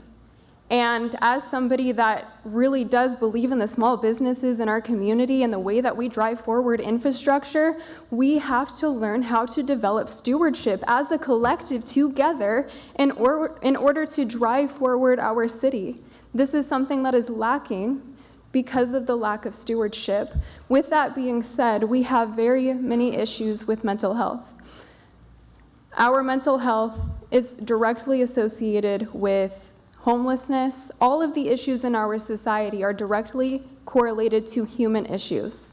Whatever is happening within a business, whatever is happening within a government, every single one of those things is directly correlated to an individual's problem. I noticed this when I called a specific credit union and I ran my diagnostic system through their union. Every single issue that was showing up in her union was directly correlated to the very issues that she had going on in her personal life.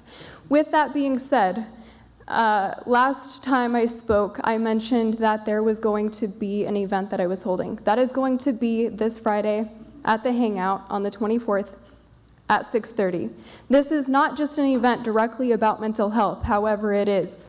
Every single issue that we are facing currently within our government, within society, and et cetera, is directly involving leadership problems that people are struggling with in their own personal lives. As much as I would love to handle the risks in our community, that is something that I am not currently able to do with a million different reasons. So really what this looks like is bringing people together. I have the capability of holding 50 people at this event. I've rented out this space. I would like to solve the problem with mental health through the things that I have founded and provide necessary information to provide the adequate resources for the people that need it. This has to do with non-legal PADQs, a lot of information that I have found for this specific community. So this is not only about mental health, but this is about the leaders in our society that are stewardess, that are focused on driving a mission forward. This is a mission that is very important to me, and this is a mission that has the capability and is solving big issues. Thank you.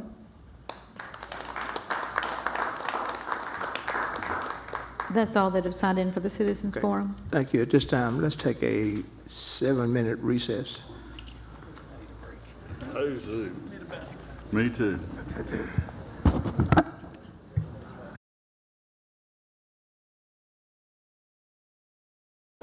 We're going to reconvene.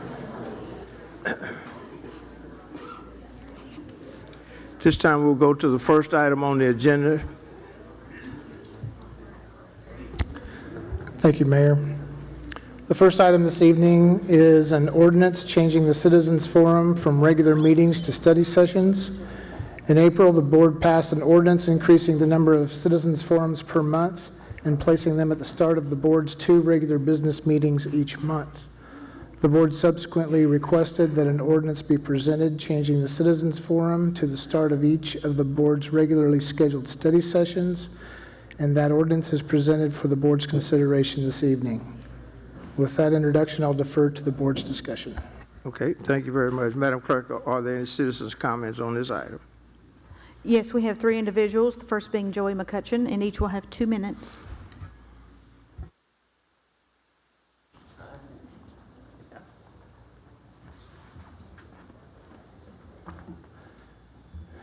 Thanks for having me.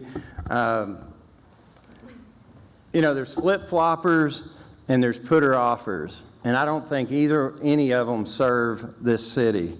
On April 21st, we voted unanimously, the board voted unanimously to move the citizen comment to the beginning of every regular meeting. There was a 4-3 vote on how much time, and that was appreciated. The time was appreciated, and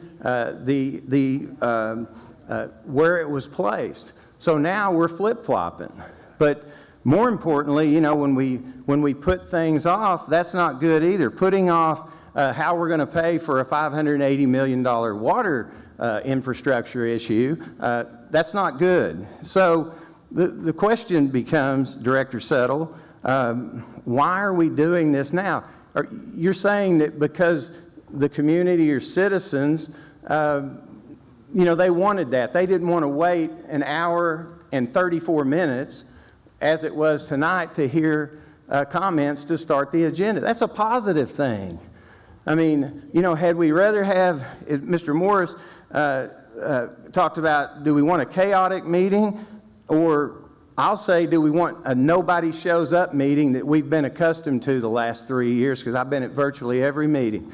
When we started off, when we started having these discussions, nobody was showing up.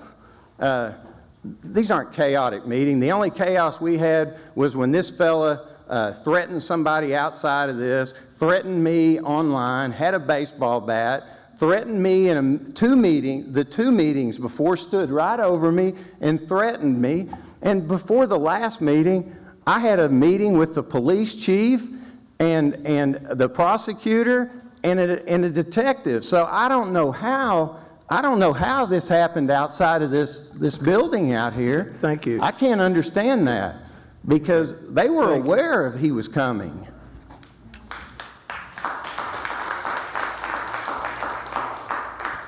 Next, we have Chris Cadelli.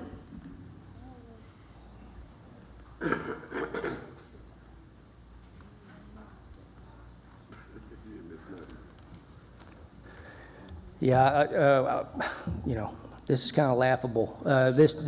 Y'all just changed this back in April. Where are you going to put us, in the basement next? I mean, there's a reason why this is taking so long. You know, if you guys were running the city the way it should be run, you wouldn't have anybody here. As a concerned citizen, I oppose this ordinance and request it remains as adopted at the April 21st meeting. Regular voting meetings have a higher attendance from directors and citizens alike. This will likely force some folks who prioritize voting meetings due to scheduling conflicts and time limitations to have to attend a study session instead of the preferred voting meeting. Contrary to the opinions of Directors Settle and Rigo, the most important segment of these meetings is when you hear from these folks, the people that elected you and that you work for. These are the people that you need to hear from.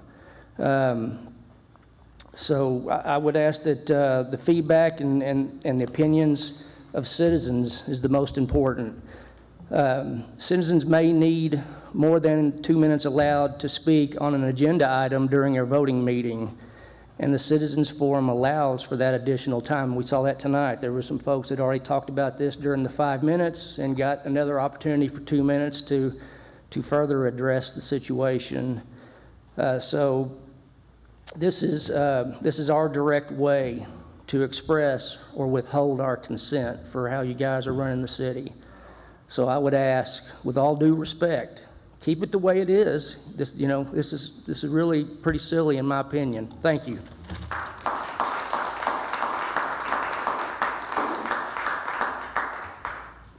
Last, we have Richard Morris, and this will be the last individual to speak on item 1.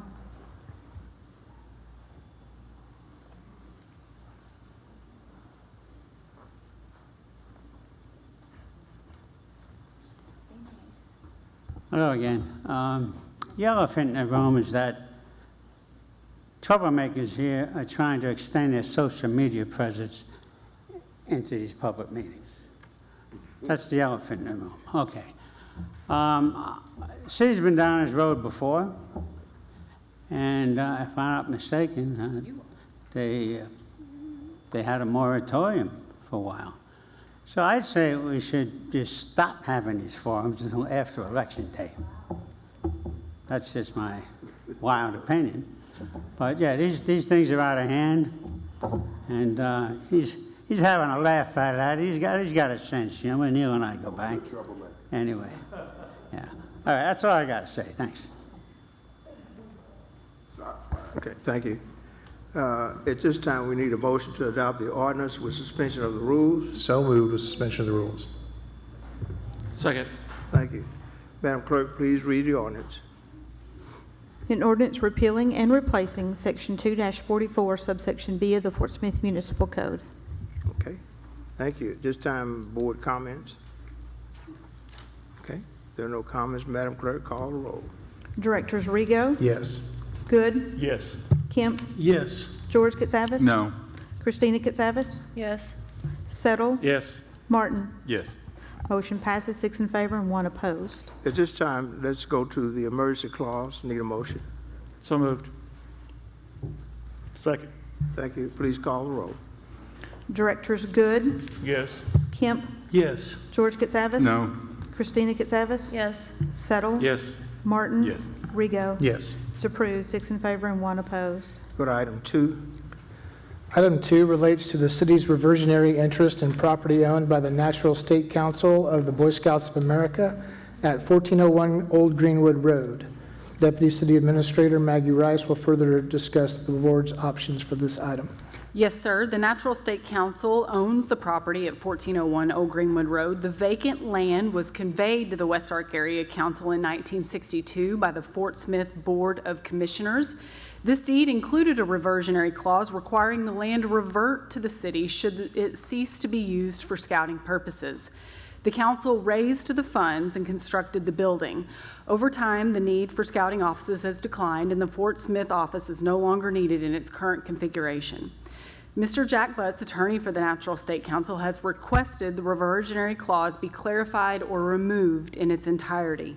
Included for your considerations are 3 resolutions. Item A removes the reversionary clause, releasing the city's interest.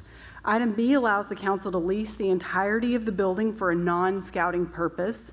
And item C removes the reversionary clause subject to the enclosed agreement with the following inclusions. 1, that the city receive first right of refusal should the property ever be listed for sale, and should the governing body choose to purchase the property, the price should be less the current market value of the land. 2, the Natural State Council reimburse the current market value of the land should the property be sold to a buyer other than the city. And then a 4th option is to take no action, leaving the reversionary clause in place. The property was rezoned in January 2026 to transitional, allowing for office-related land uses. Additionally, it shares a parking lot with Girls Inc. and is within a large recreational corridor spanning from Rogers Avenue to Country Club Avenue. I'll be happy to answer any questions if you have any. Okay, thank you, Ms. Rice. Are there any citizens' comments, Madam Clerk? We have Shanna Richardson to answer questions, and then also Jack Butt is available. Okay, thank you very much. At this time, we will entertain a motion to adopt the resolution 2A, 2B, and 2C. Mayor. I'm sorry, 2A, 2B, or 2C. Mayor, I'll make a motion to adopt item 2A. Okay. Need a second? I'll second. Yeah. Okay. I still have a question, so. Okay, we'll get to your questions. Okay. We do have a motion and a second. This time, we'll have comments from the board. Director Kemp? Thank you, Mayor. Mr. Rice, has there been any conversation with Girls Inc. looking to have interest in this property? I mean, it's right there beside them. I mean, if one nonprofit's not needing that space, and there's another one that seems to be, needing progress, I mean, is there any conversation there? I have not had any conversations with Girls Inc. I will say that the city owns the Girls Inc. building. So I don't know that the Girls Inc. would be interested in purchasing this property. Okay. Okay. Any other comments or questions? Director Settle. Yes, Maggie, if you don't mind, I'm going to address Maggie if you don't mind. So A removes the reversion clause completely, correct? Yes, sir. So then at that point, the Boy Scouts would own it It and... releases the city's interest in. Okay, so my question becomes, as you just alluded to, this is a park corridor, right? You got Kelly Fields, sorry about that, folks. Kelly Fields, Hunts Park, the Girls Club. Creekmore, the Nature Center. So Yes, what sir. happens if we do revert this and they decide to use something that's not conducive of that corridor? Is there anything that we can, I mean, that's what I'm trying to get to is, how do we make sure that stays within the bounds of the corridor that's already there? Well, at present, this board approved a zoning in January of this year to make it transitional, Okay. which is office, essentially professional office type uses. Okay. So they would be limited by zoning. But other than that, that's pretty much the limitation on the property should the board choose to release the city's interest. And item 3 puts in some reversion clause that allows us to buy it back in the future. But right now, if we did nothing, if they did anything, we'd just give it back to us, right? If we did nothing and we didn't prove one of these items, what would happen?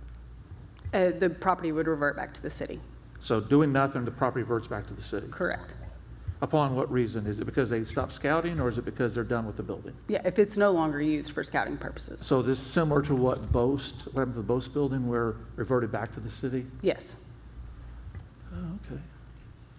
Okay, I'm good for questions. I'll let y'all talk some more. Mayor. Okay, we'll go Director Catsavis and then Director Rigo.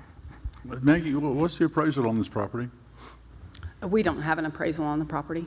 I don't have a current appraisal on the I mean, property. nobody knows what The it's Boy- worth? Pardon? Nobody knows what the value of the property? It's owned by the Boy Scouts. They might know. The Miss Richardson and Yeah. Mr. Butts are here on behalf of the Do y'all Natural know State what- do y'all Council. have any idea what the property's worth?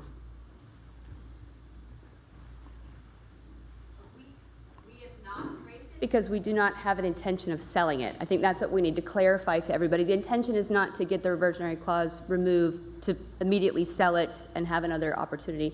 The intention is actually to become more flexible. So if we do lease it to an organization, which would be an organization that fits our Scout Oath and Law, of course, the money would be invested right back here to support the kids of Fort Smith, so that dollars are not the barrier between a kid and entering the program. So we don't have a current intention to sell it, which is why we haven't had it appraised.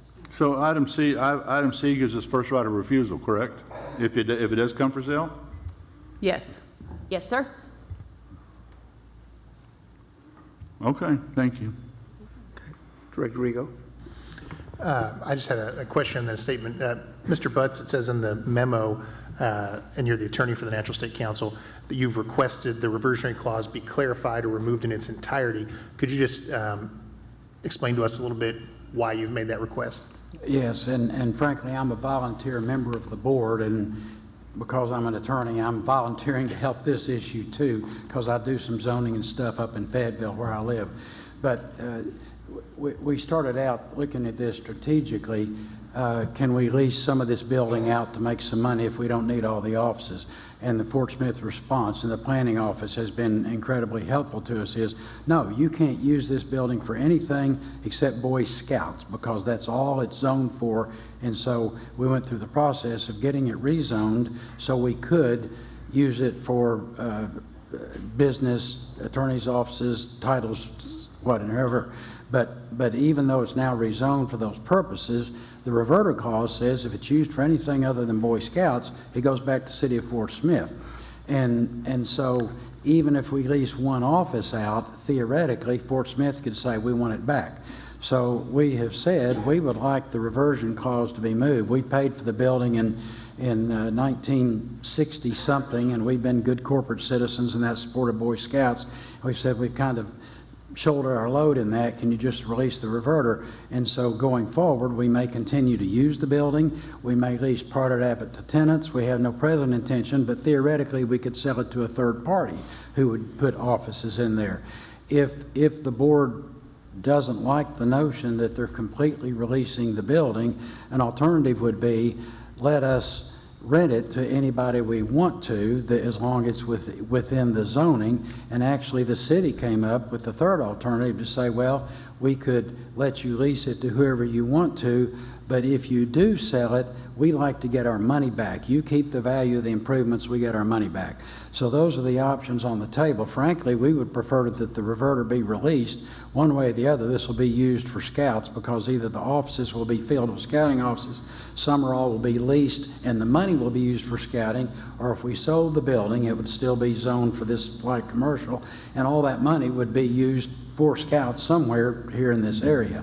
But that would give us the most flexibility, would be the motion, which is the resolution removing the reversion clause. But the city had proposed alternatives in case the board said, well, we're uncomfortable completely releasing the reversion.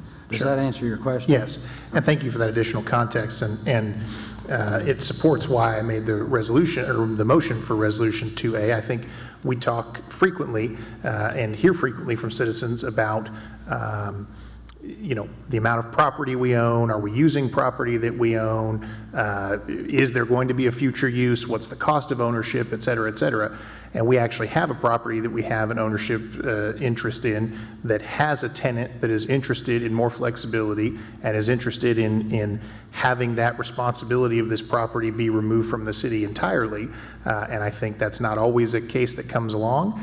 And it's a very well-established, reputable organization. They've made the request, and that's why I supported and made the motion for 2A, and I would encourage us to vote for item 2A. Thank you, sir. Thank you. Thank you. Are Director there any Settle. other questions? Director Settle, were you in the queue? He kind of answered what I was going to ask before. My question is, do you have somebody ready to lease that property right now that is, I mean, obviously we rezoned it, so it's going to fit in the zoning. So do you have somebody? No, without the authority to lease it, we haven't made any effort or any deals at all. And we're just trying to get kind of a green light to proceed either as the unfettered owner, or if the city wants to continue some restrictions, understand what those are, so going forward we can make the best strategic use of the building for the scouting program. Okay, thank you very much. Maggie, item B is pretty much, they can follow the lease with the zoning, but we have the reverter clause, correct? Correct. Okay, thank you.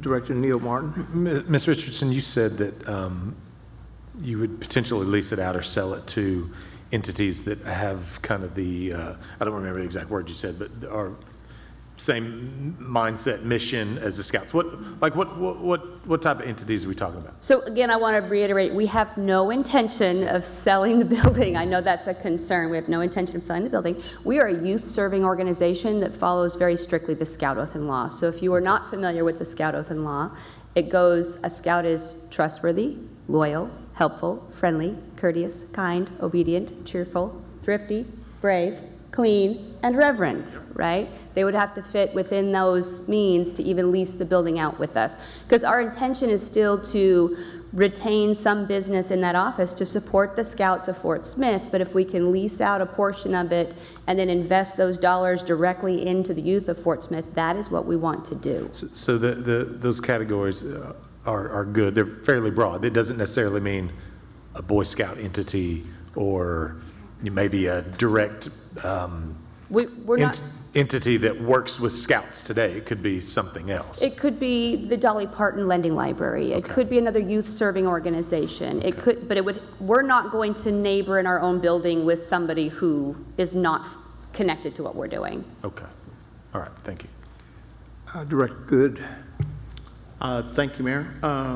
Ms. Richardson and Attorney Butts, wanted to thank you both for being here. Thank you for the clarification and actually making the stance on what your intention is and what it is not.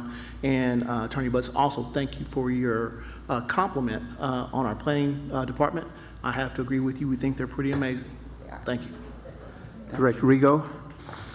I'll just say, not to belabor the point, if this was being, if a shoe was on a slightly different foot, if this was being approached a different way, and it was the Scouts coming to us saying, hey, city, we'd sure like you to take over and have an ownership responsibility in this building, none of us, I don't think, or certainly not a majority of us, would be inclined necessarily to support that.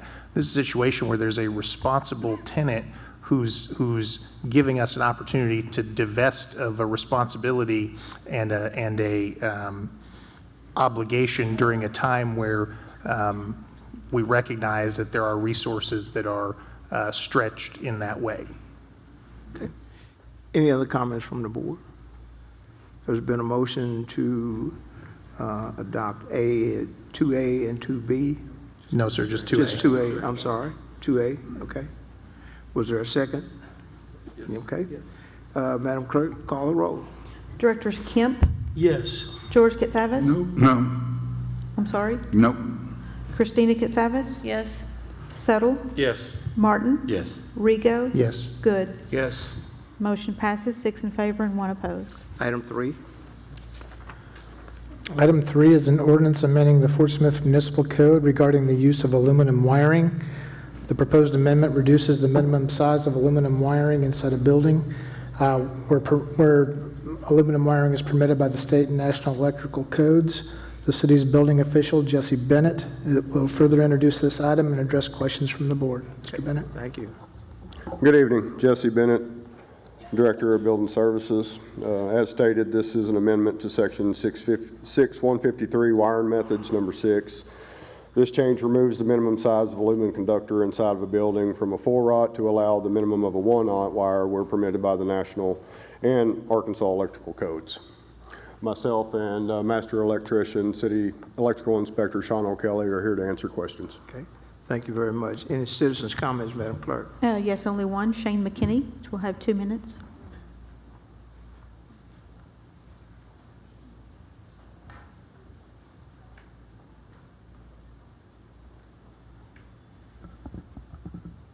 So when we create an ordinance, we create inspection obligations to enforce, and whenever we're creating the opportunity for people to exercise power over us, I think it's always good to ask what are the reasons and what's going on. So I am very hesitant to give authority to others easily. Anybody that follows me knows that I'm not a big fan of the way we conduct building inspections and property in the city of Fort Smith, and I think it holds a lot of things back.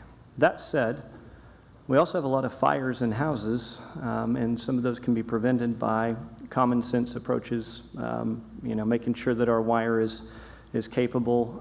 I think this is a pretty good item of responsibility, and there's a reason the code needs this.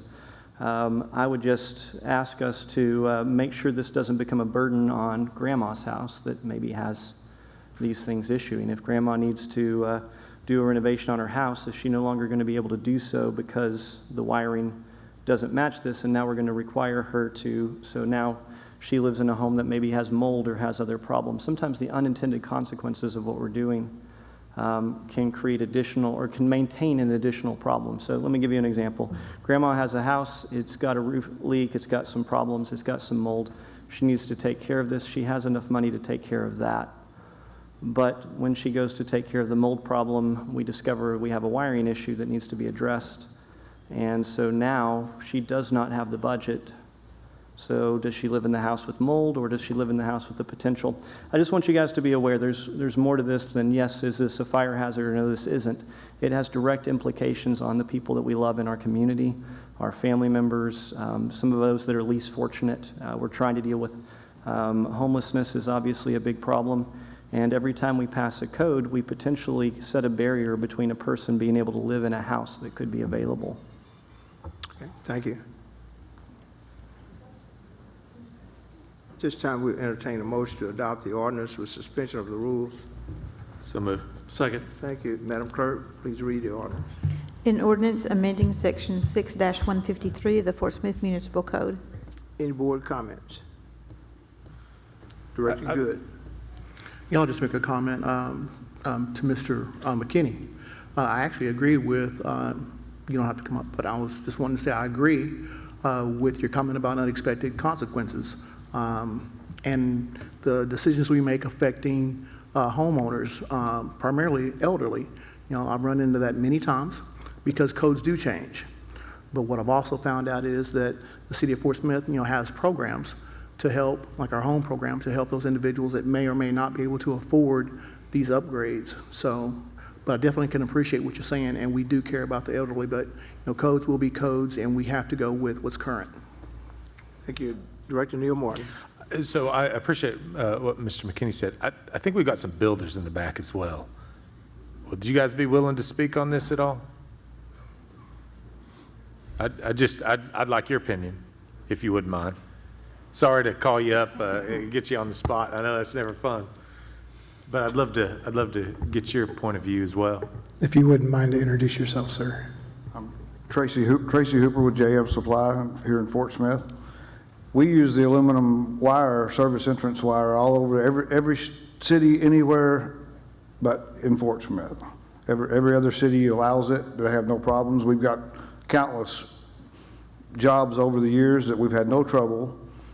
Even the wire that comes into the meter packs on the apartments and all that stuff, it's aluminum. Aluminum wire has been used for years, and it's new aluminum. It's not new. It's been around for. It's an 8,000 alloy. It's not just straight aluminum. It's a lot better product. It's built. It's all code, International Electric Code. It's allowable. It's used everywhere, but here in Fort Smith. Okay.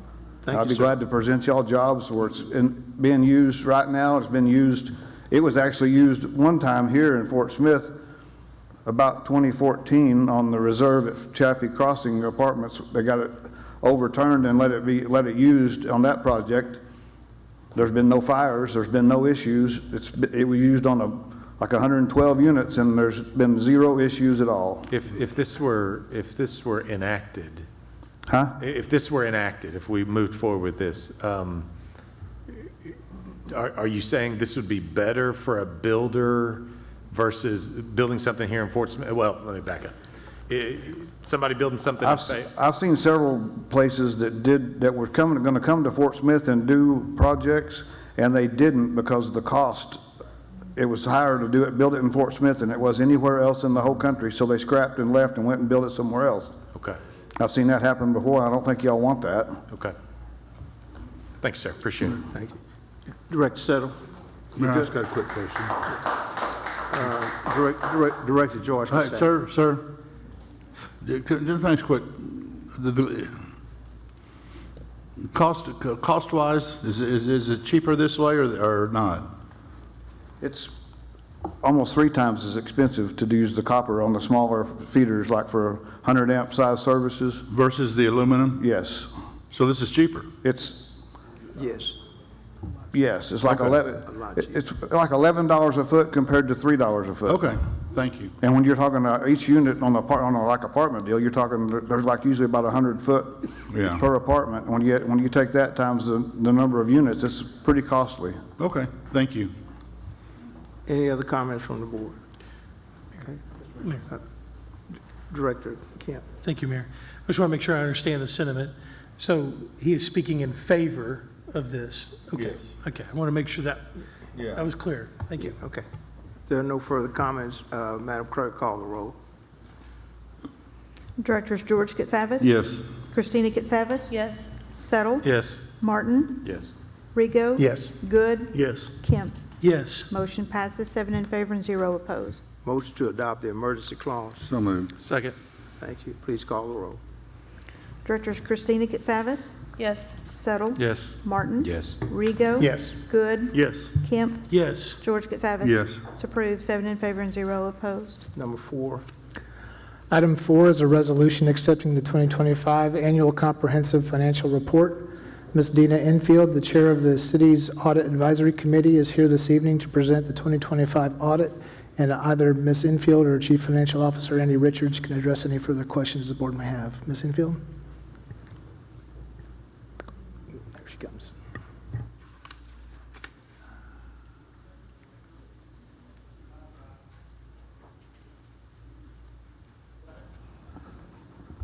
Hi. Thank you for having me. I'm Dina Enfield. I'm a citizen member of the Audit Advisory Committee and the current chair, and I would like to thank all the board members and citizens that serve on that committee. We do have the Annual Comprehensive Financial Report, the ACFR, or ACFR, for the city for the year ended December 31st, 2025.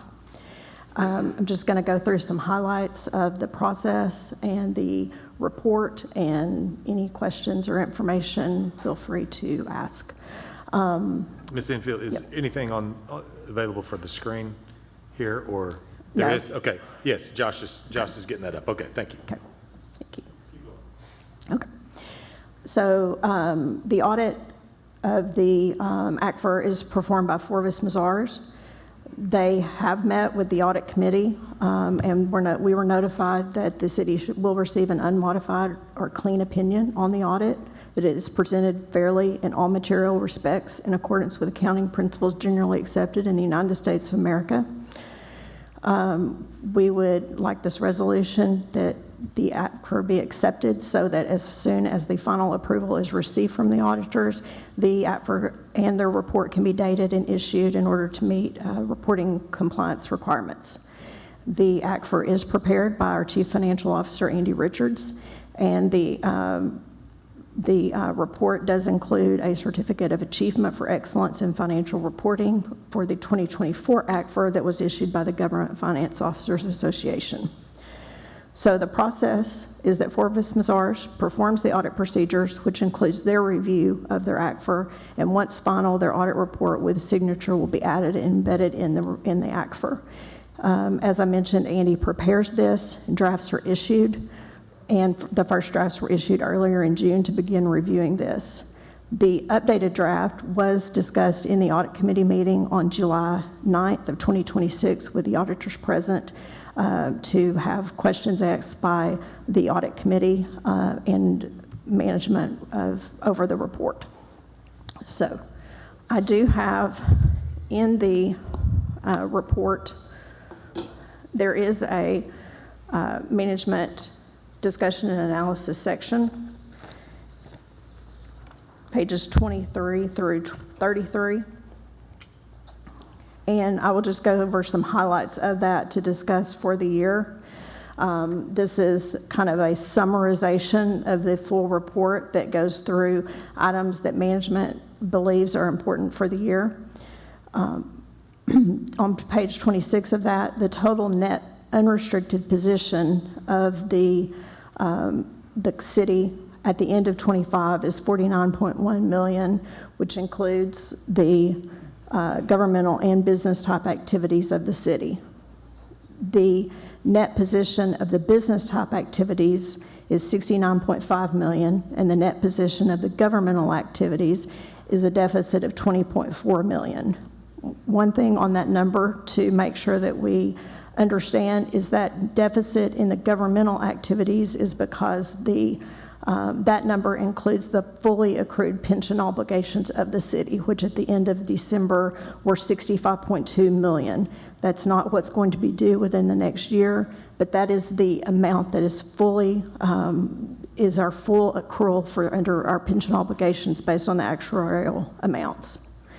So that is one thing. If that wasn't, 65 million wasn't in there, then that would not be in a deficit position.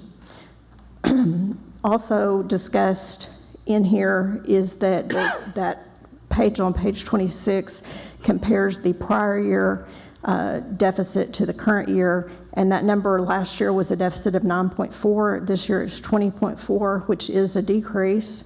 But there were some significant general funds outlays, capital outlays this year that were planned and were known, and that also does include the building purchase in 25 of $4 million.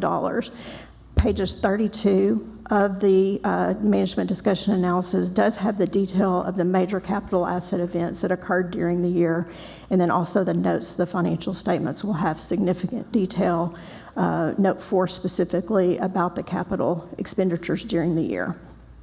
Another thing to mention in the year is that bond proceeds were issued, the sales tax bonds of $94.3 million. Those were issued at the very end of September 25. That would be used to fund the consent decree work. Because it being late in the year when those were issued, a lot of that money was not able to be spent in 25. So our cash at the end of the year and also our long-term liabilities were increased from where they typically are. Note 7 in the financial statements does include detail of all of the debt that would be outstanding at the end of the year.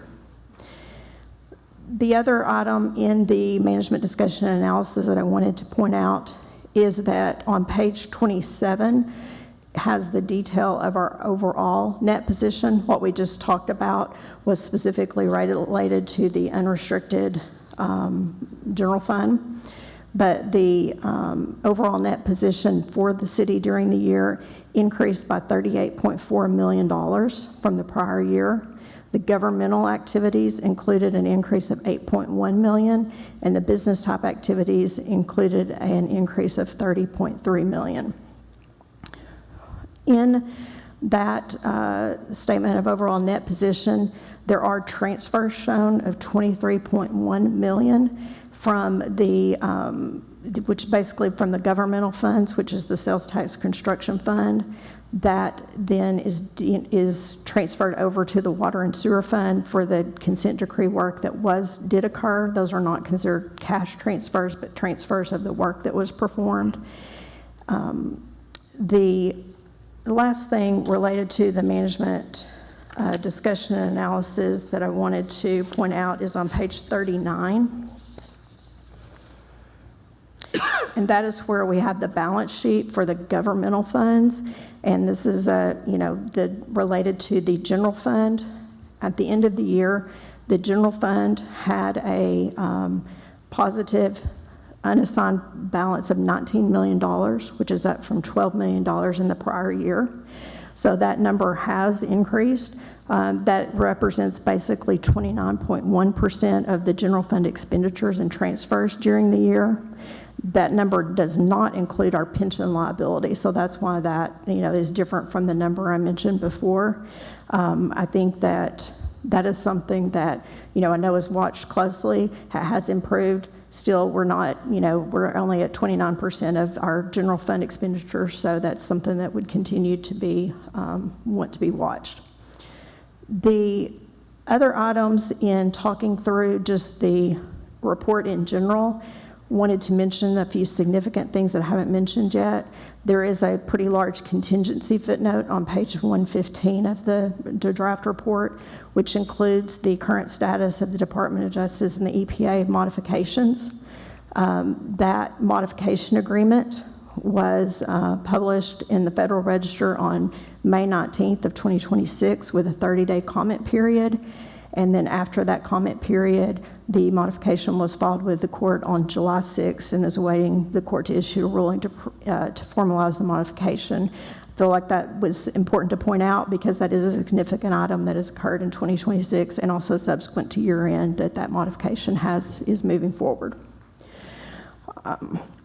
Another thing that is in the report is in the required supplementary information.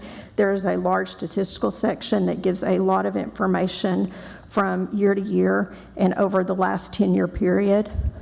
Page 158 of the statistical section covers the net position by component from the last 10 years. So it's comparing 2016 to 2025 and goes through the net position both by governmental activities or business type activities and then the primary government. I know that is small, but on the primary government overall, our total net position unrestricted is $49 million at the end of 2025, which in 2026 was a negative deficit of almost $26 million. So that is a large turnaround over a 10-year period in the primary government net position. Business type activities, that unrestricted balance has gone up. It was $69 million, which is about a $56 million increase over the 10-year period.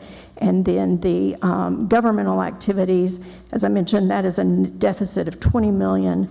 But in 2016, that was a deficit of $38 million. So although it's still a deficit, that's the number that does include the pension obligations, and that has gotten better by about $18 million overall. The last item in the statistical section, page 173, goes over the revenue bond debt service coverage. That's something that is watched closely on the bonds and what our coverage ratio is. At the end of 2025, our ratio was back up to 148%. 110% is the minimum that is required. We were under that in 23. We were barely over it in 24 at 114%, and that has now gone up to 148% with some of the changes made on the funding during the year. The last time I wanted to mention related to specifically the audit. As part of the audit, the auditors also perform audits under governmental and uniform compliance standards. During 2025, there were $6.3 million in federal awards expended. The auditors tested the transit program, which was the major program that was tested in 2025, which is about $2.5 million of that 6.3.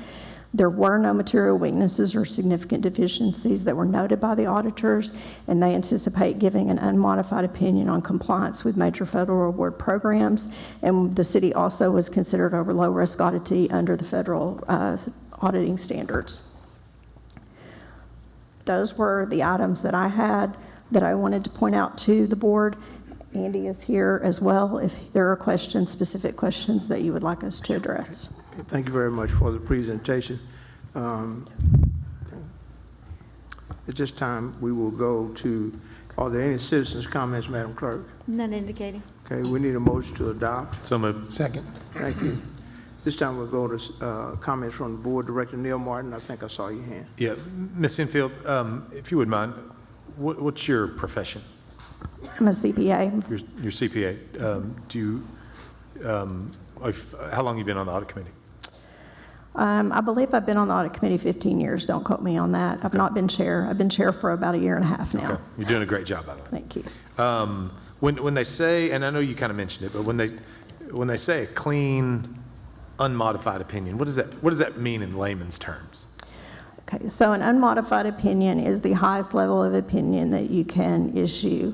It means that there are they're not modifying the opinion. So in the alternative, there's a qualified opinion, meaning we have audited it, but we found certain things that we cannot give a clean opinion on, so we're qualifying our opinion for those things. So you can't go any higher than an unmodified, a clean opinion? Correct. Okay, all right. Yes. Okay, so I want to make sure that the folks are aware of that.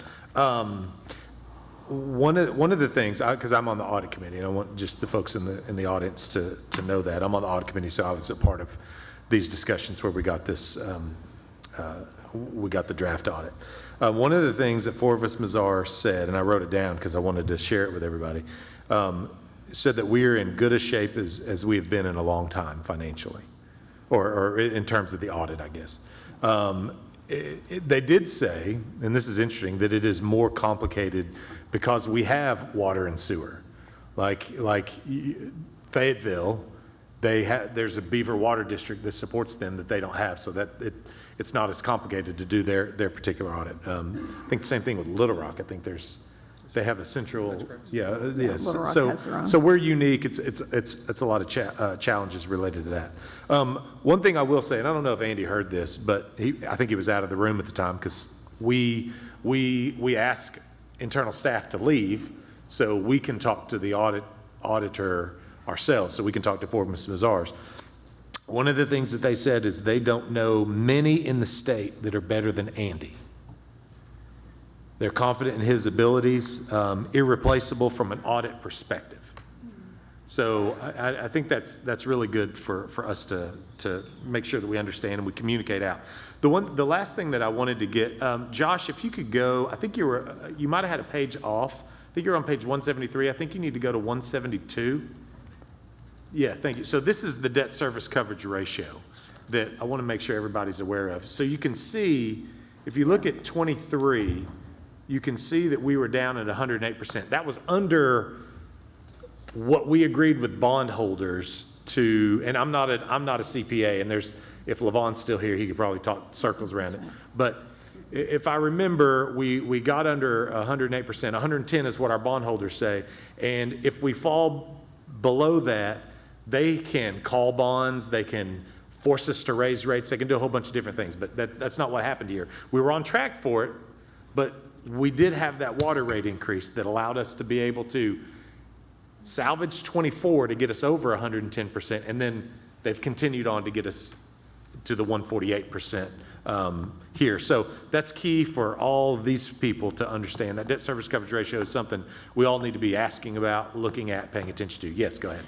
The other, one thing I would mention on that is just in, a lot of it is public and private entities, not necessarily governments, but a lot of bondholders and loan holders, 120% is almost kind of a minimum. I think 110% is pretty low, especially on the level of debt we're looking at. Right. And so while we're in compliance, that doesn't necessarily mean we're where we would want to be, I think, as a city on that. Right, so. Right. And we knew we had the consent decree and all those things coming up, and water as well. So, okay, that's all I've got. I just wanted to share some things with folks. Director Rigo. Thank you, Mayor. I just want to say, Dina, thank you for your leadership of the committee. Thank you to my colleagues that are on the committee, the community members that are on the committee, for the long hours that you put in at y'all's meetings, coming to meetings like this, sharing your expertise. Thanks to Andy and his team, and to everybody involved for the hard work they put in on these financial matters. Okay, thank you. Director Kemp. Thank you, Mayor. Ms. Enfield, thank you for your efforts and all that you do, and 15 years is a long time to continue to offer up your expertise, and I appreciate that. You spoke about the improvement of the pension and the lofty, and that, I think you said it was an improvement of like 18 million, if I remember right, when we went over the numbers, but whatever they may be, can you speak more to that as far as what we hope to see in the future, and how did those improvements get made, and how do we continue to make improvement in that? Okay. Well, one of the things to just clarify, it's not necessarily just the pension, but if the pensions were excluded, then we would be back in a positive position. But the negative has improved by about, let me get back to my sheet. The governmental activities has gotten better by 18 million. I do think that just specifically related to the pensions, and I'll let Andy jump in here if he would like as well, but the markets have been good as far as the actuarial amounts and everything are calculated on the various pension obligations. And so those, as the markets continue to do well, then the pension obligations decrease or increase based on the funds that are available, to calculate what would be available for that. So, Andy, is there something there you want to say specifically? So in summary, as he comes, you're saying the market's going to dictate that?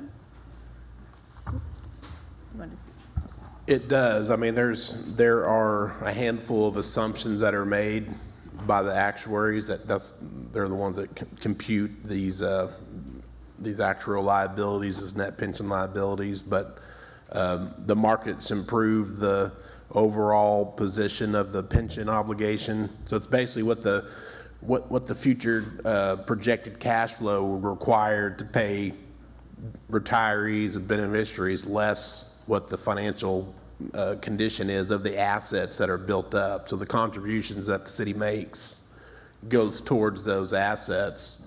So there's a lot of different components moving in there, but we have seen some improvement in the liability, in large part because of the market conditions have been better lately. But we also are seeing, just better actuarial experience. We have these old police and fire plans. For a while they were seeing the annual contributions continue to go up and up and up. They would increase them as they needed. The projected future cash flow is a lot higher. So we kind of see that table off. The old plans, we have about 13 years left on the amortization to fully fund those benefits, and the contribution levels are stable at this point, and sometimes they go down some. So those have been kind of a big thorn, I think, in all cities. All cities have these older police and fire plans that we're dealing with. So, but I think the conditions as far as that goes is improved for the city. Thank you. Okay. Thank you. Any other comments from the board? Andy, thank you to you and your team for amazing work. Fort Smith is financially strong and getting stronger. A lot of that has to do with you and your team, and we really appreciate. And congratulations on the recognition. Thank you. Okay. Thank you. There are no further comments from the board. We need a call roll, Madam Clerk. Director Settle? Yes. Martin? Yes. Rigo? Yes. Good? Yes. Kemp? Yes. George Catsavis? Yes. Christina Catsavis? Yes. It's approved, 7 in favor and 0 opposed. We'll go to item 5. This item is a resolution authorizing partial payment to InLiner Solutions, LLC for construction progress on project number 17-09-C1. The partial payment is greater than $750,000, so by policy, this payment requires board approval. Director of Engineering Todd Metke will further address this item. Good evening. As we commented in the last meeting, this contractor InLiner is going very fast, and that's one of the reasons why we have these larger payments than $750,000, but per ordinance, we bring them to you whenever they are over that rate. So I'm open to any questions you may have about this project. Okay, thank you, Todd. Any citizens' comments, Madam Clerk? None indicated. Need a motion to adopt So the moved. resolution? Second. Thank you. Board comments, anyone? Okay. Seeing none, please call the roll. Directors Martin? Rigo? Yes. Good? Yes. Kemp? Yes. George Catsavis? Yes. Christina Catsavis? Yes. Settle? Yes. It's approved, 6 in favor and 0 opposed. This time we'll go to the consent agenda. There are 3 items on tonight's consent agenda. We have a resolution authorizing an agreement to accept grant funds from the Outdoor Recreation Legacy Partnerships Program in the amount of $2,440,937.55 for the May Branch Railroad Trail Phase 1. We have a resolution authorizing an engineering services agreement with Hawkins Weir Engineers for design of the Spradling Avenue Extension Phase 2 in the amount of $83,230.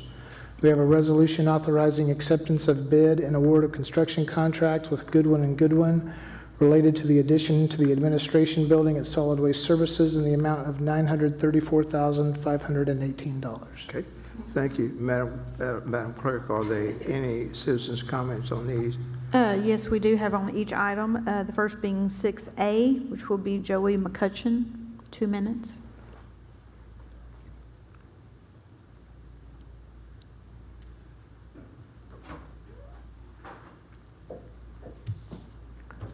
One thing I've learned about after looking at this proposal is that the government has more money than they know what to do with, both at a federal, state, and local level. Secondly, you guys know how to spend other people's money. $2.4 million local match. You can say it comes out of whatever fund, it's coming out of our back pockets. That's why the next time this tax comes up, we just need to do away with it and bring the board back to accountability. And you folks who say you're conservative, you're not cutting the mustard if you vote on this. You know, that's a $2.4 million local match. And look, we've already spent We've already spent how much money in federal money on this Greenway project, on this May Branch Greenway project? I mean, and here's the real kicker. If you read the contract, it says that we, the people, that's the citizens of Fort Smith, are going to be responsible for operations and maintenance in perpetuity. So it's like this board does every time. You know, we don't look to the future. We just look at now. Number one, we're going to $2.4 million local match. Number two, in 10 years, guess who's going to have to repair this? Guess who's going to have to repair all that green money, Christina, that you were the fourth vote on? The people. It's going to require repairs and maintenance. And I'm wondering if any of the board has talked to the three people who own private property. Private property rights mean something, and I guess those people have been spoken to and they agree with this, because this is going right through private property, and that's a pretty important right in the United States of America. In fact, it's the foundation of our country.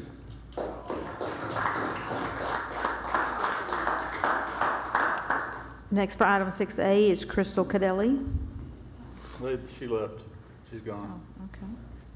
6B, we have Barry McCormick to answer any questions. And then 6B, Shane McKinney, 2 minutes.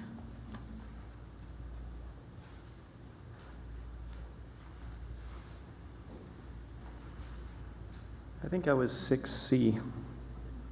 Oh, wait, I said B and C, but okay. Yeah, I'm more interested in C first.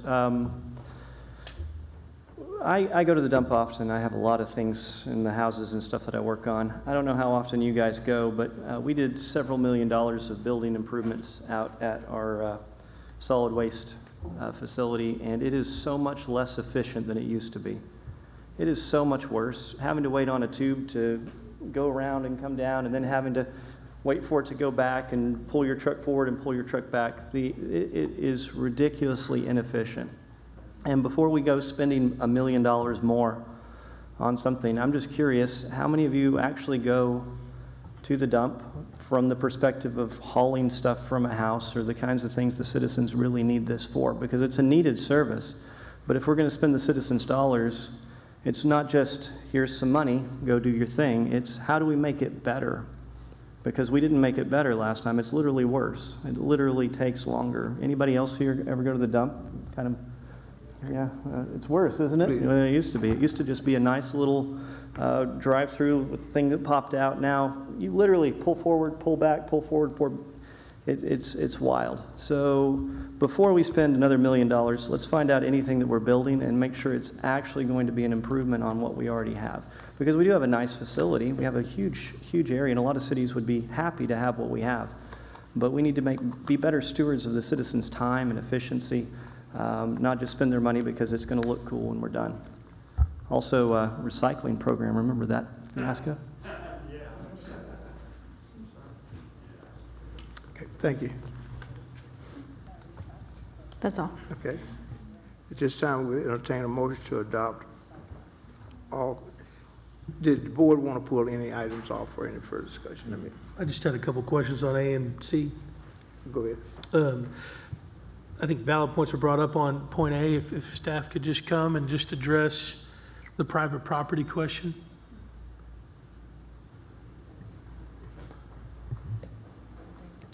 Coming to the podium is Sarah Duster, Director of Parks and Recreation.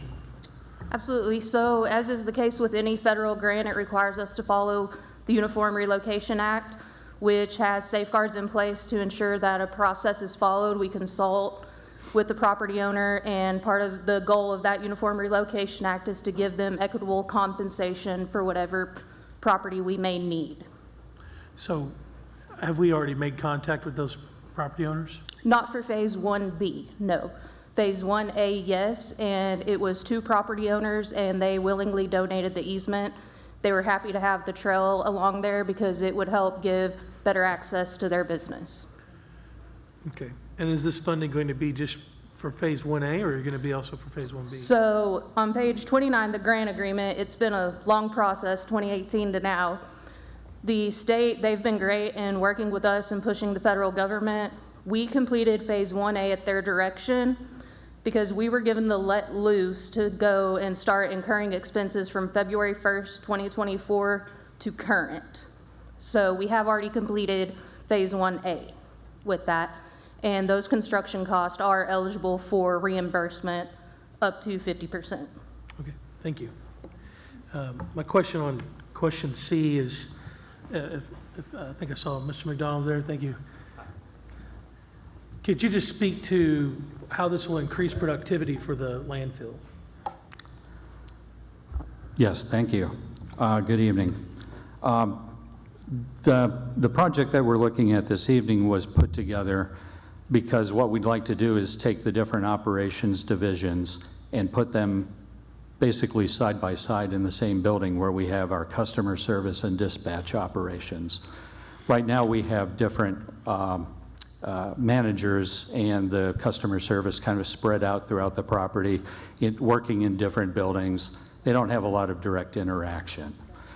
So when someone has an issue, if there's a customer service issue that comes in or a service item of any sort, they have to make a phone call, or if they're going to have to meet about it and talk about it, people have got to travel between different buildings to do that. It's just, we're kind of spread out. It's kind of evolved over time to where we're spread out so that we're not all in one place where we can kind of collaborate with each other. And if an issue comes up, a problem, we can just talk about it and get it solved, you know, in a quick fashion. And is saying yes to this tonight delaying any other project that you feel like you've got as well that's going to be on your hopper? I know it's coming from the sinking fund, that's why I ask. No, I don't believe so. The comments about the scale house and getting in and out of the landfill are well taken and appreciated. We have a separate project that was also approved as part of this year's CIP to take a look at the scale house infrastructure, most specifically the software system that we have out there to make it more reliable and speed it up.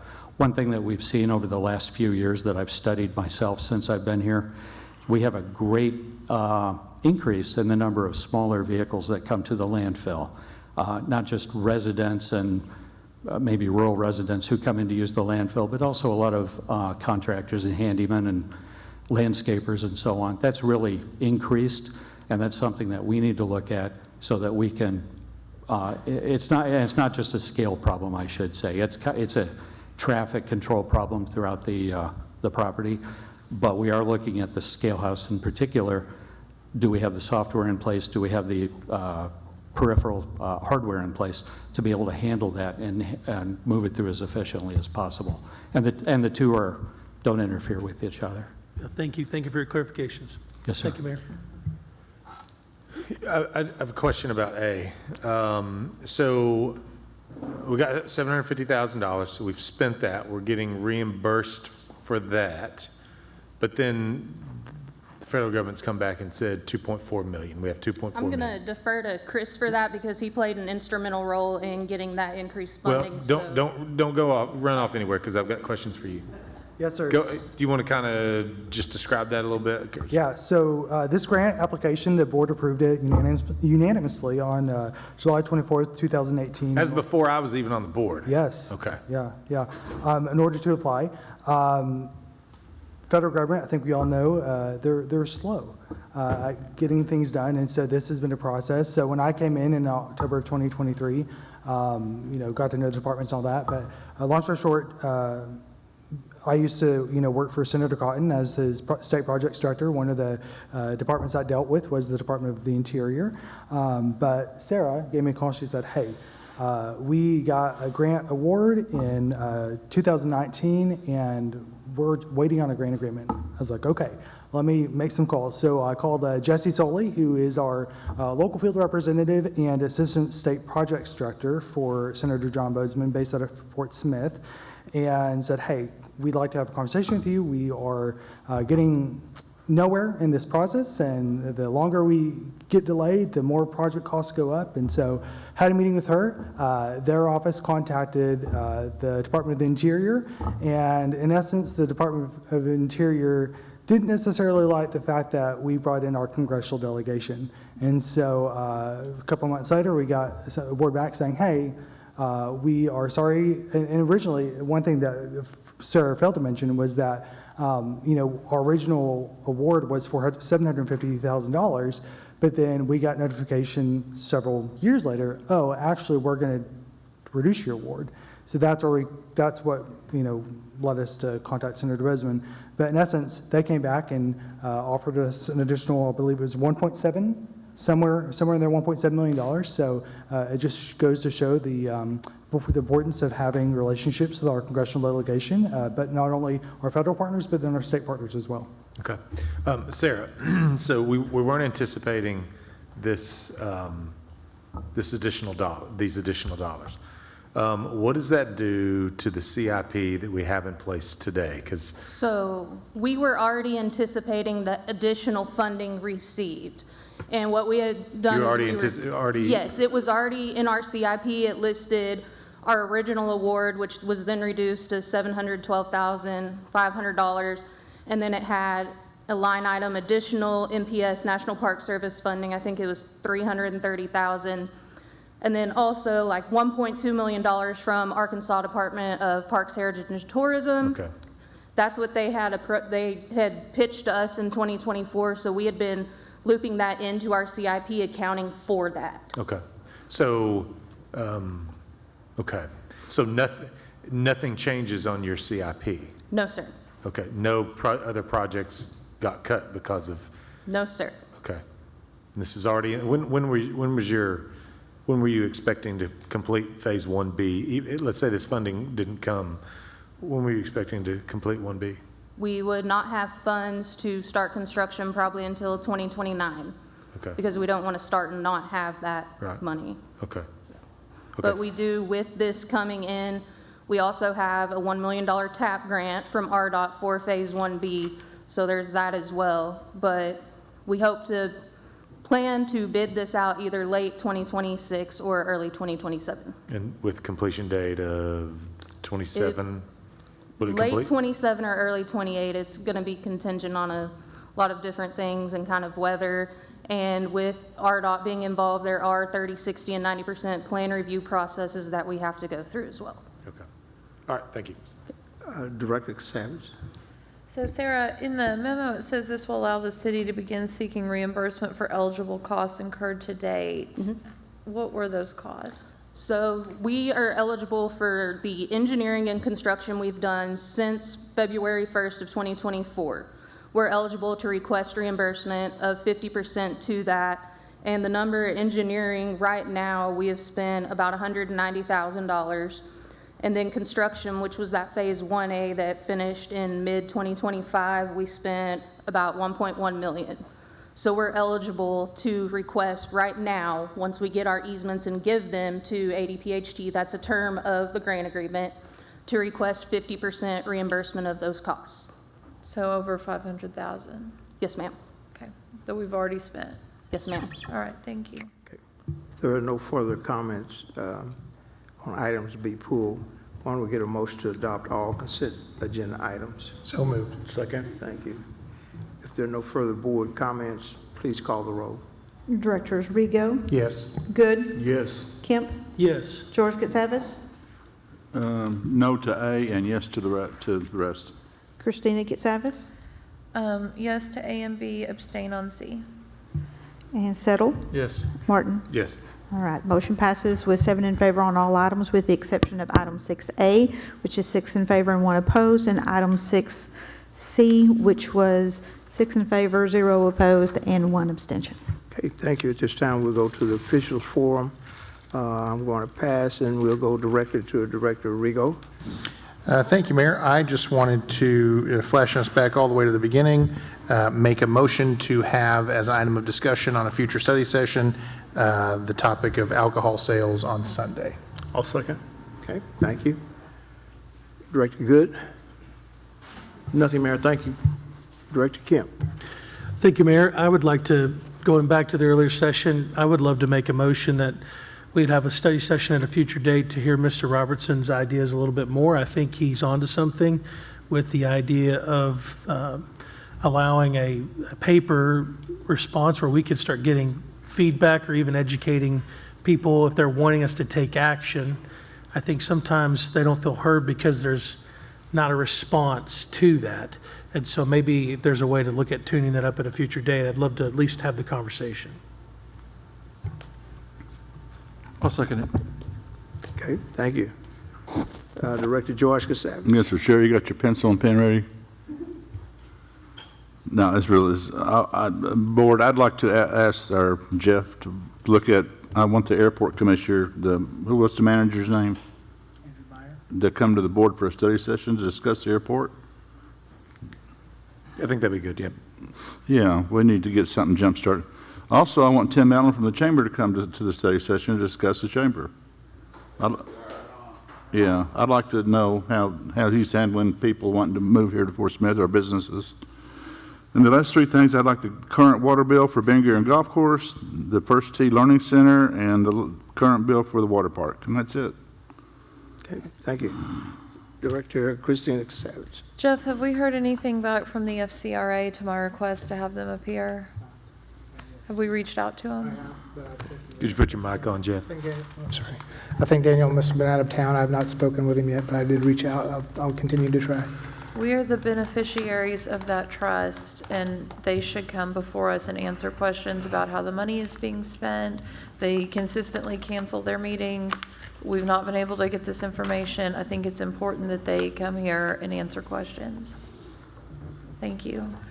Director Settle. Thank you, Mayor. I got a couple of things. Part of our cemetery discussion we're going to have or vote in September, can we get a cost by the administration on what they think the bare bones cost would be to take care of the cemeteries from the Parks Department, but also from the City Clerk's Department, because I know the City Clerk handles Oak Cemetery. So I'd like to get those costs in front of us to understand what those would be. Not bare bones, and then what would be what we do at Oak Cemetery, kind of retrofitted for the rest of the cemeteries, the cost there.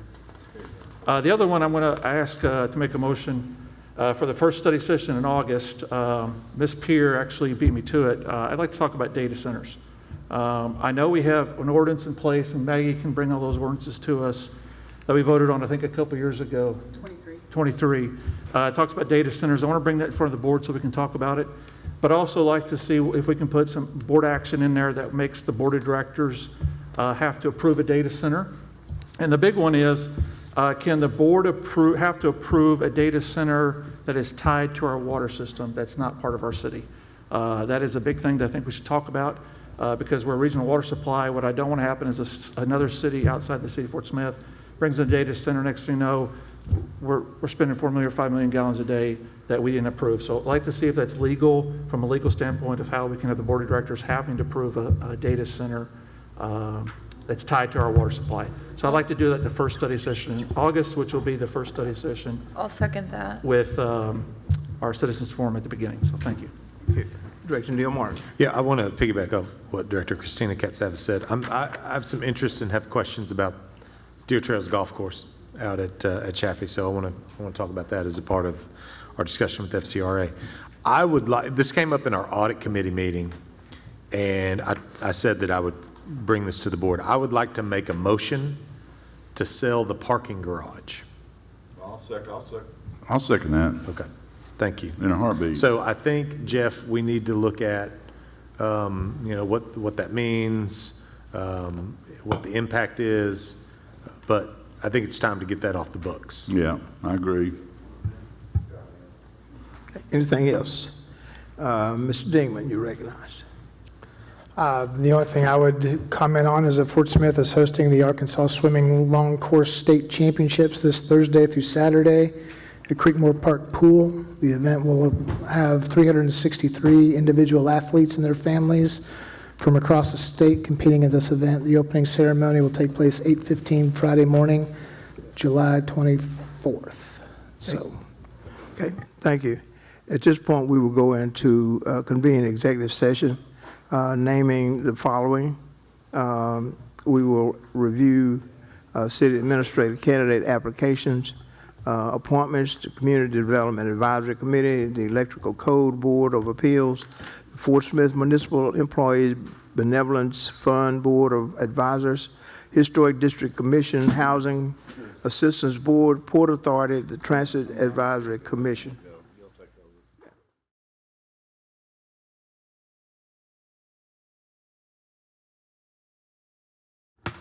We're going to reconvene, and I'm going to turn this over to Director Lee Kemp to discuss the administrative candidate applications and the processes we're using. Go ahead. Thank you, Mayor. Upon the review of the executive session, I will need a concurrence of 4 directors, but I'd like to make a motion that we would have an executive session as the City Board of Directors for the purpose of interviewing Joseph Lassard, Richard McGill, and Robert Savick on Thursday, July 30th at 4:30 p.m. at the Blue Lion. Second. Okay. Thank you. Okay. Okay. Need 4. I concur. Okay. Did we get 4?